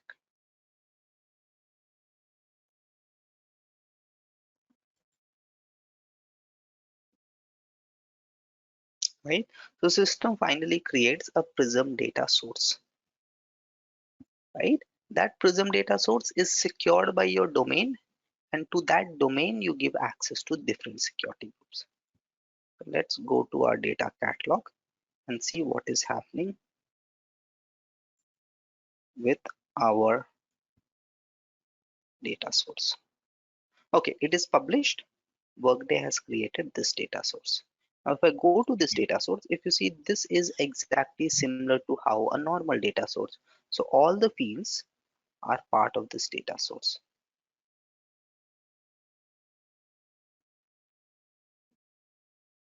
right? Which means now I can go ahead and create a custom report. So if I go to the task, create custom report,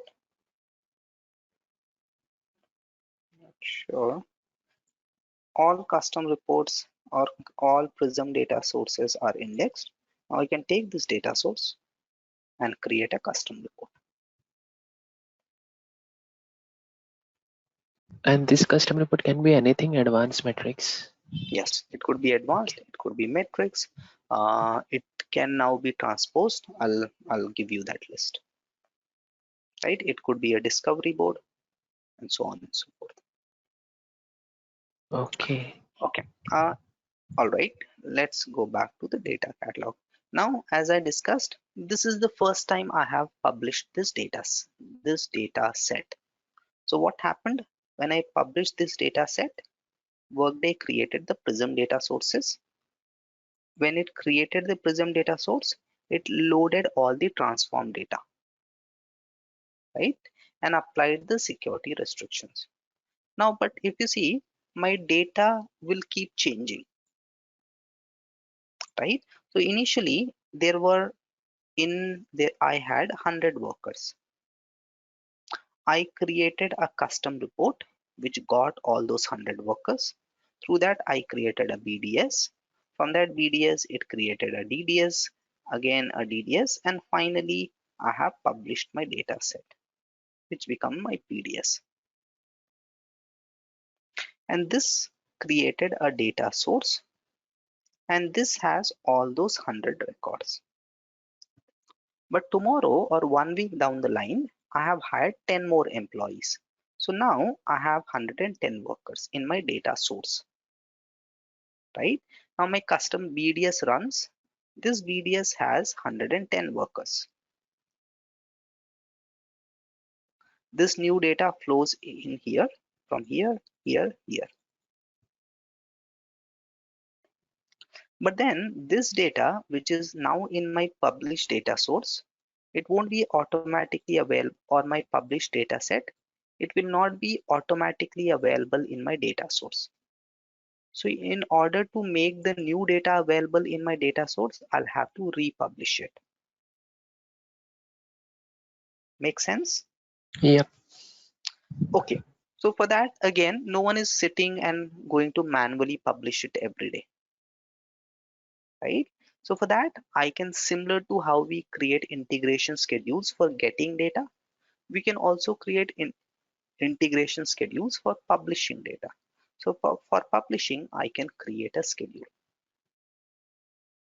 right? So that, let's say, every day, this data source, this Prism data set will automatic, let's say every week or every month based on my requirement, I'll say this Prism data set automatically gets republished.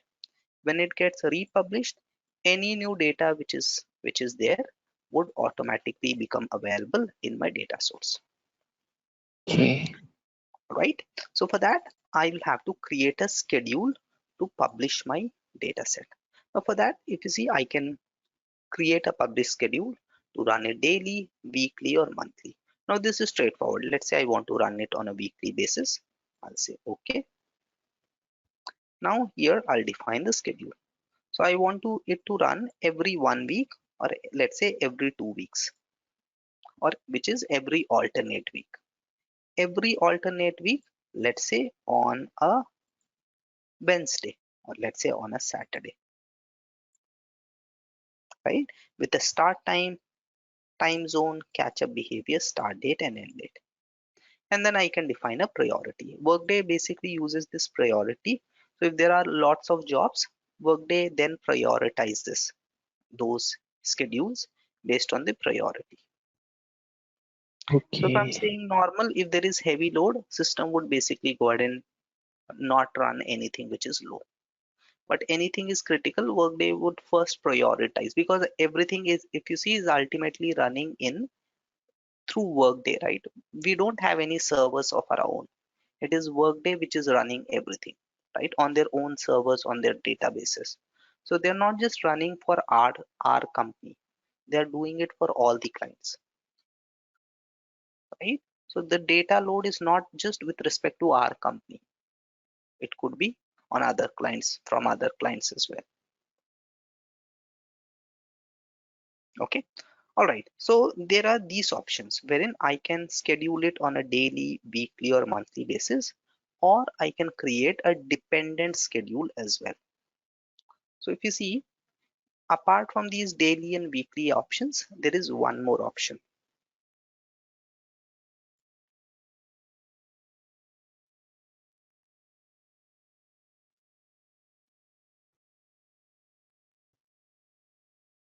Okay. And that option is, if I go back, publishing, create schedule, I can create a dependent schedule. So what is the dependent schedule? If you see, my publishing of this data set is dependent on new data coming in, right? So if there is no, and when will new data come in? When I have scheduled this or run this integration. Make sense? So when I run this integration for base data set, only the new data will come in from custom report. Make sense? Yes. Right? So I want to create a dependent schedule, because if there's no new data which is coming in, why do I want to republish? Because there wouldn't be anything in my data set. So I'm Yeah. creating a dependent schedule. Dependent on what?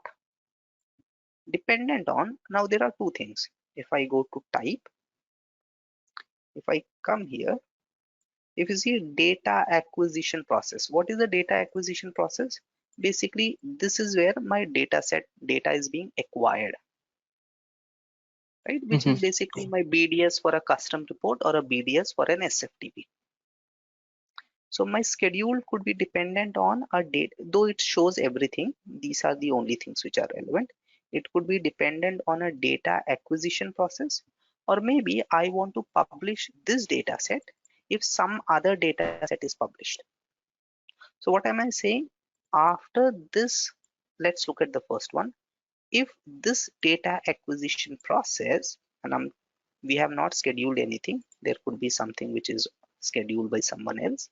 So let's say this integration schedule, only if this data acquisition schedule, if it is successfully completed, then trigger my publishing, let's say after a delay of 2 hours, just to make sure everything is all right. So this publishing would happen after my data acquisition has been successfully completed.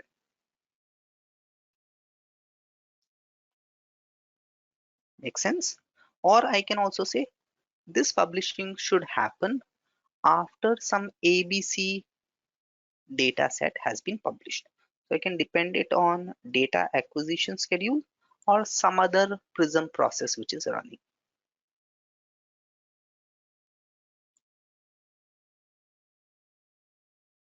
Okay. right?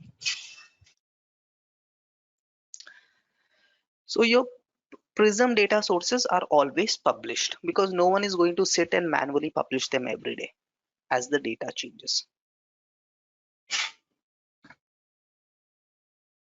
All right. Now, if you want to unpublish, now let's say I have created this is my Prism data source. Using this Prism data sources, people have created a number of reports, right? And then I can go ahead and unpublish my Prism data source. So when I go to the additional actions, publishing, unpublish a data set. When I unpublish a data set, it will show me all the dependent reports. So how many reports have been created using this data source, right? So what happens if there are, let's say, 10 reports that people have built using this Prism data source, but now I go ahead and unpublish this data set. So when I unpublish a data set, my data source gets removed, and all the reports, they would give me error.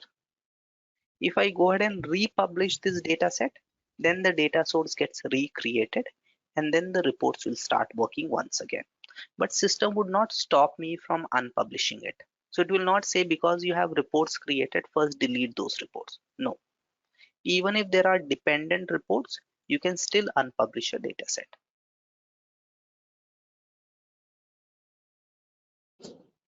Okay. Make sense? Yep. So a data set can be unpublished even if there are reports in dependent on it.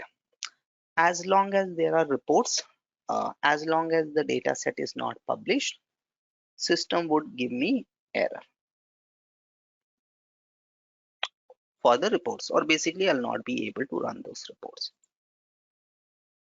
So Prism data source, right?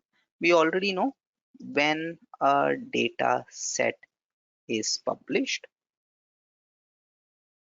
Workday creates a Prism data source and loads it with the transformed data from the data set, right? These Prism data sources are different, or they are similar but also different from Workday data sources.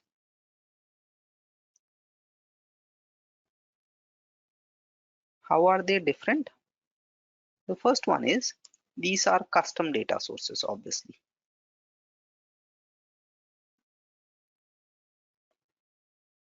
right? Now, all data sources, if you know, are based on a business object. So these data sources, what is the business object they are linked with? Let me cancel it. So if I open this data source, is it based on any business object? No, but I can see a related business object. Okay. So let me create a custom report.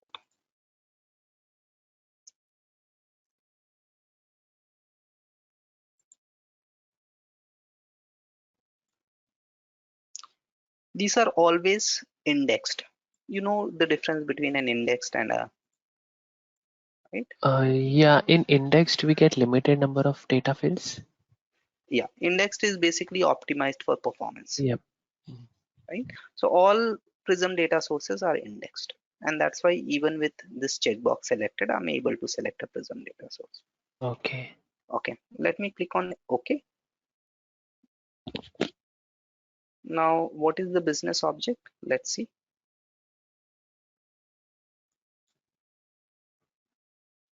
Yeah, the same name as of our DDS data source. right? So Prism data sources, they have their own primary BO, right? The third thing, unlike a Workday delivered data source, a Prism data source can have their data removed by unpublishing the data set, right? So the moment you unpublish the data set, all data in the data source gets removed, Okay. right? So when a data set is unpublished, all reports that use it will be broken, right? Obviously, they wouldn't work because there's no data until the Prism data source is populated again. How do you populate it again? by I republishing it, right? Obviously, unlike a data source, you can normal data source, you can delete it. How do you delete it? By unpublishing.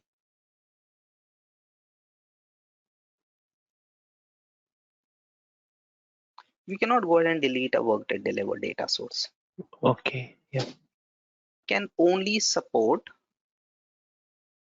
some report types.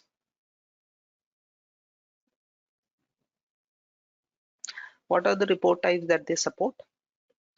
So they basically support advanced,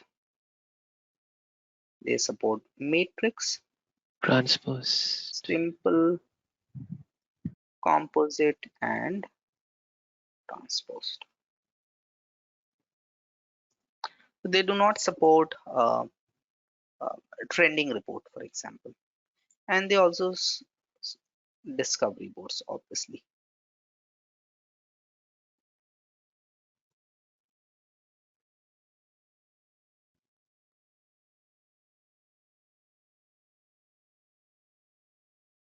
Okay.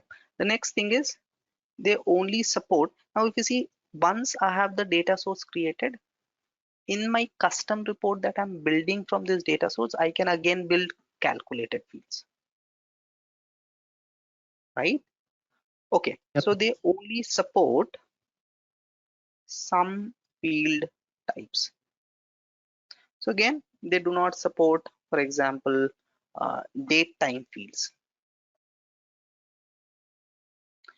and calculated fields. So they only support some calculated fields. So for example, they don't support multi-instance field in all examples. They don't support date time calculations. They only support date calculations and so on and so forth. So there's a list available and I would share that list. Obviously, this list it keeps getting updated in every enhancement. So I'll share Okay. across that list, right? And if you have access to community, you'll find this list in community itself, Okay.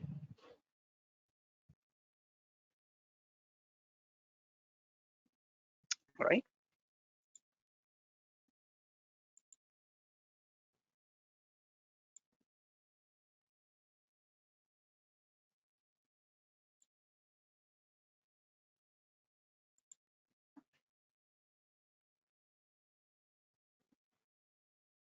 Okay.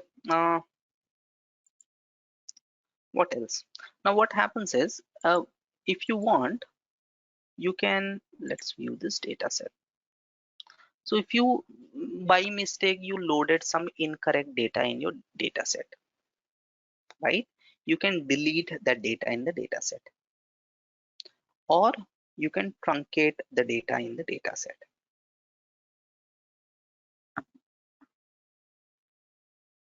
So what is, oh, what happened? Hmm,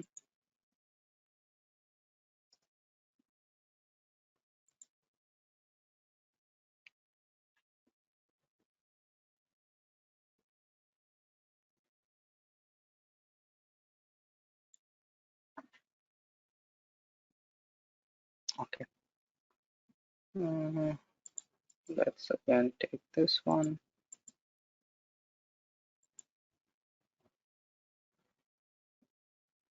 Okay. So, and this is especially relevant for append mode. So what is truncate? Truncate will basically remove all data from the data set. Okay. So all the data in the data set can be deleted by truncate option. Now the reason I only have truncate is because the integration mode is replace. Had the integration mode been append, in addition to truncate, I would have additional option called delete as well. So delete is you only want to delete data from the last integration run, right? So truncate will delete all data from the data set and delete will only delete data for the last integration run. Now delete is obviously only relevant when you have append mode. Okay. Okay, so let's say you are using this data set for the last 6 months or last 1 year. Now this latest integration run, there was some error. So you only want to delete the data from the last integration run. Then you use the delete option. When you say truncate, it will delete all data which has been loaded in the last 1 year. And delete will appear only if the integration mode is append. Append end. Yeah. Okay. And if any of the field, if we are deleting any of the field from derived data set, okay, will it impact our data source? The From the derived data set, no, because it's no. downstream, right? Your Yeah. data source, if you make changes to the data source, then your data sets will get impacted, right? Because from Okay. data source, data is coming into data set, right? Okay. Yep. After you make data is in data set, if you make any changes to the data set, it doesn't impact your data source. Okay. Got it. Okay, let me show you the discovery board as well, right? Now for discovery board, first thing to remember, discovery board is accessed through drive, right? Now drive doesn't work. So one thing to remember is that drive doesn't work in in what do I say, in proxy mode. So if I come here and go to drive,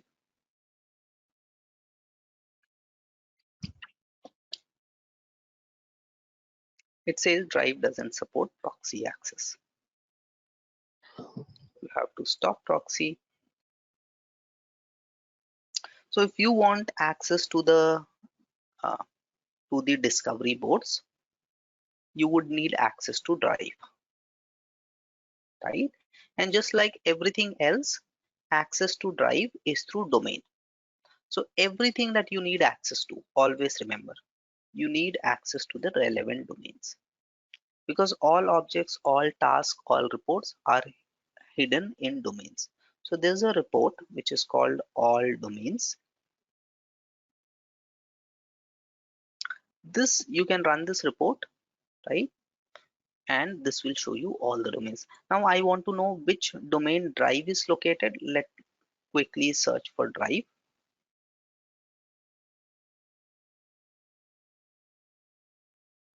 There are some drive related options. Let's see.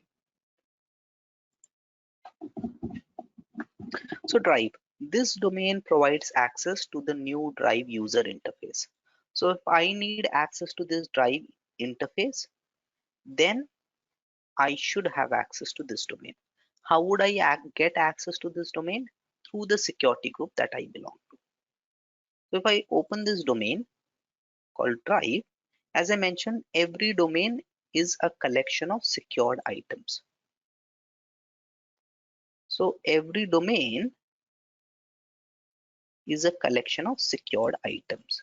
Those secured items could be reports, they could be tasks, they could be fields, they could be anything.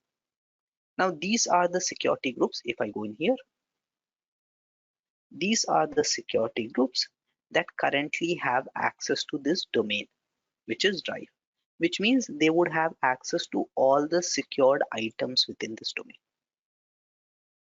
right? So the reason I am able to access this drive is because I belong to one of these security groups. In fact, this user is an HR administrator.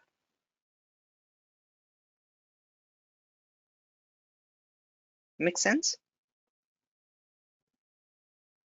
Yes. Okay. All right. So let's go to drive. Now your access to discovery boards is enabled through drive. So I want to create a new discovery board. I'll click on add new and I'll create a new discovery board. I'll give a name to my discovery board. So I'll call it Web 7. Create.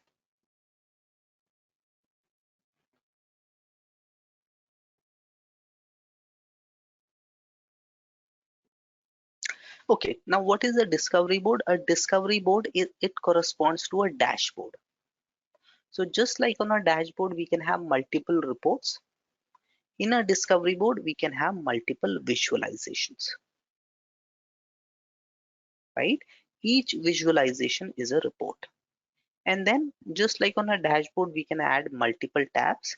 Similarly, in a discovery board, I can add multiple sheets. So this is my sheet one, which I'm probably calling as uh, employee metrics, right? And I can add a new sheet by clicking on plus. And this sheet, I want to call it as organization metrics, and so on and so forth. So a discovery board is a collection of one or multiple sheets. Each sheet is a collection of one or multiple visualizations. What is a visualization? A visualization allows you to visualize data. Now, just like we create custom reports using data sources, we create our visualizations in a discovery board using data source. Now here, you'll see I can search for my Prism data source. So just like I can search for a Prism data source to create a custom report, an advanced report, a matrix report, similar to that, I can select a, a custom Prism data source to build my visualizations. So the first thing in a discovery board, you have sheets. Each sheet has visualizations. Okay. Then on Okay. the left hand side, you have three panels. The first one is the data source panel, and currently only data source panel is highlighted. The second one, it is not highlighted, is the builders panel.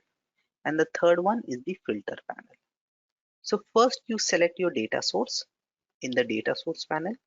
Then you build your visualization through builder panel, and you can add additional filters. So for now, I'm selecting this data source, or I could have selected a Workday delivered data source, for example, workers for HCM reporting. So just like I can select a Workday delivered data source, I can select a, a, a Prism data source. Now this Workday delivered data source, it has its own inbuilt filters.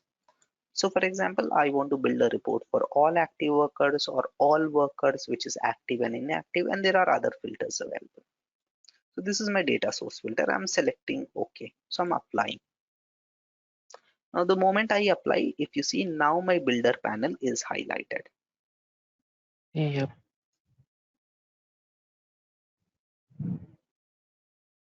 So we are again selecting the data source from our first panel. Yeah, yes. So I'm selecting data source from the first panel. Okay. So first we select data source. Only after we have selected the data source, we'll be able to select the fields in the data source, Okay. right? So now because I have selected this data source, or let me come back and change my data source. So I'll go back and I want to change my data source. So this is my data source. I'm selecting this as my data source. Next. And now in this data source, if you remember, we had all these fields: additional job count, age group, Yes.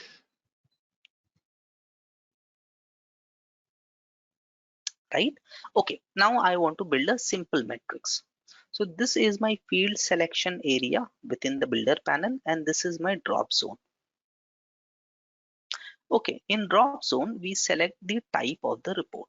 So the default report that is selected is an advanced report or a table. So if I click here, the default report type is a table, which is a type of advanced report. Okay, so here, let's say I want to build some metrics. Metrics is worker name. I'll select here, drag and drop, right? The workers, let's say gender. Where is gender? Uh, Gender.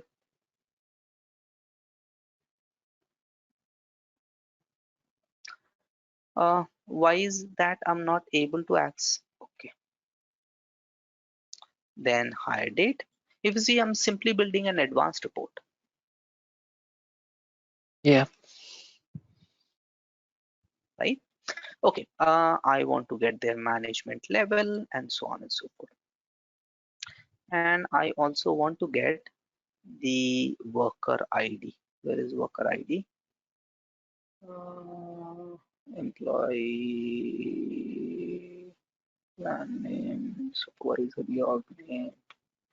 Didn't we select worker ID? It should be there, We right? have employee ID. Where is it? Oh, yes. Yeah. So I want to add employee ID at the top. Okay, now if you see, there are a lot of workers who don't have employee ID, who don't have uh, worker name. So there is blank data. I want to put a filter, and I'm coming to the filter panel. There are two types of filters I can build. I can build a filter specific to this visualization, or I can build a filter for the whole sheet. For now, I only want to build a filter for this particular visualization. And I'm basically saying, only get me those values from the data source wherein employee ID is not blank. When I do that, now my visualization refreshes and I want to save my visualization. All right. So I have created a simple report, a simple visualization. I want to create a new one. Now there are two options. Either I can go here and create a duplicate one. When I create a duplicate one, system would automatically copy everything from this visualization. In the data source, everything. Let's say I want to create a data source, a visualization on a, or let's look at both ways. So I want to create a duplicate one. When I click it, system creates a new one. Here I am calling it employee details, right? This visualization I'm calling it, let's say gender details. Okay, the first thing now I want to do is I want to go back to my builders panel. This is the second one. I want to change the report type and I'm selecting, let's say, chart. Now, the moment I select chart, Workday has added in my drop zone a lot of extra fields.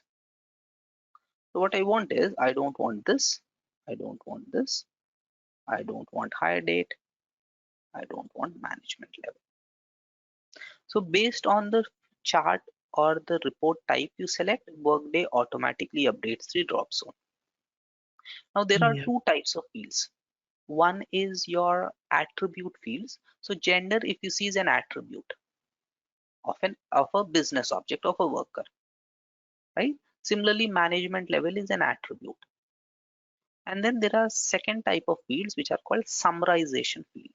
So count, if you see, we never added count as a field, right? In our Prism data source. Workday has automatically added this count. So what is count? Count is basically a summarization. What am I doing? I'm getting a count of the females, males, and blank. So this summarization Workday automatically added. But let's say, how do I add my own summarizations? So what Workday does is every currency or numeric field, Workday automatically creates the summarization field. So once again, there are two types of fields. Attribute, if you see, this is an attribute. Additional job count. Now, if you see the difference, age group, when I bring my cursor here, this is how it looks. When I bring my cursor here, Workday adds this double chevron. When I click here, so wherever Workday finds a numeric field or a currency field, Workday automatically defines these summarization values. Similarly, if I come to this, again, if you see, Workday has automatically added summarization values. Age, where is age? Age group is not a numeric field. So there's no summarization that Workday has added. So any numeric or currency field, Workday automatically adds these summarizations. Make sense? Yes.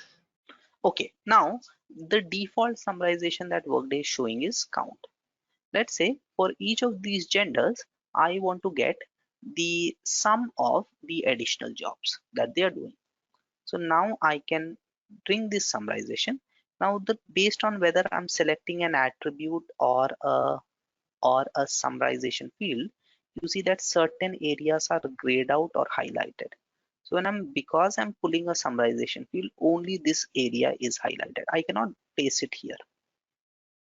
But if I pull the additional job, that can be placed here. So certain drop zones are only applicable for attribute, and additional job count is an attribute. How many additional jobs do I have? That is my attribute. But the average additional jobs across males, that is not an attribute. That is a grouping. Yep. So now I want to get, let's say, the sum of average job. When I do that, system removes the default summarization of count, and it is now showing that the sum of additional jobs in females is 12, in males it is 11, and there is just probably one additional job for blank.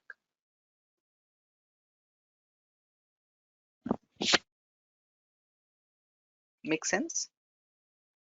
Yes. Okay, now I can also define additional parameters. So let's say I want to get not just age, for not just gender, for each of these genders, I also want to understand the management level. So I'm bringing it here, and management level, again, this is an attribute. So I can either place it on axis or I can place it on color. When I place it on color,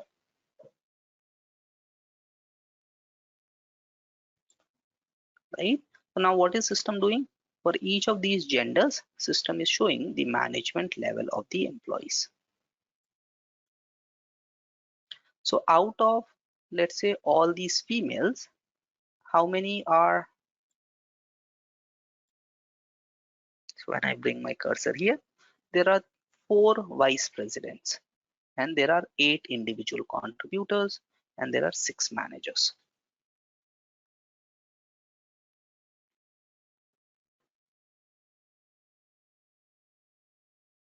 Make sense? Yes. So discovery boards, they are very simple, right? If you see, it is simply drag and drop. I can save this. Okay, just give me 1 second. Huh? Uh,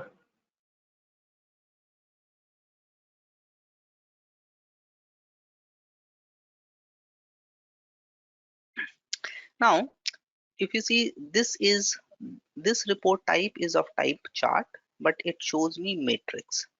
Whereas this visualization type, when I click here and go to here, it is of type advanced. So why is it called an advanced? Why is these called matrix? The idea is, now I have created everything. I can now go ahead and export this discovery board or this visualization. When I export it, Workday would create a custom report, right? So if I export this visualization, Workday would create a report of type advanced. Whereas when I export this visualization, Workday would create a report of type matrix, right? So when I export this visualization, which is of type table, Workday creates a custom report which is of type advanced. Whereas when I export these 3 visualization, Workday creates a matrix report. Whereas these visualizations, they cannot be exported. So that is what Workday is using this grouping for. Okay, that is why it is referred to as an advanced report, whereas this is referred to as a matrix report. So now if I go ahead and export it, export as a report, I can give the report name, export it. I can view it.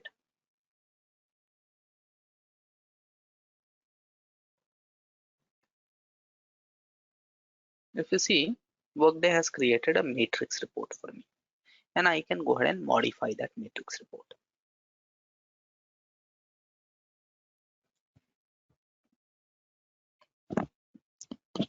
Make sense? yes. So this matrix report is based on this Prism data source, the Prism business object, and these are those groupings. I'm getting the gender, and for that gender, I'm getting the sum of additional job count.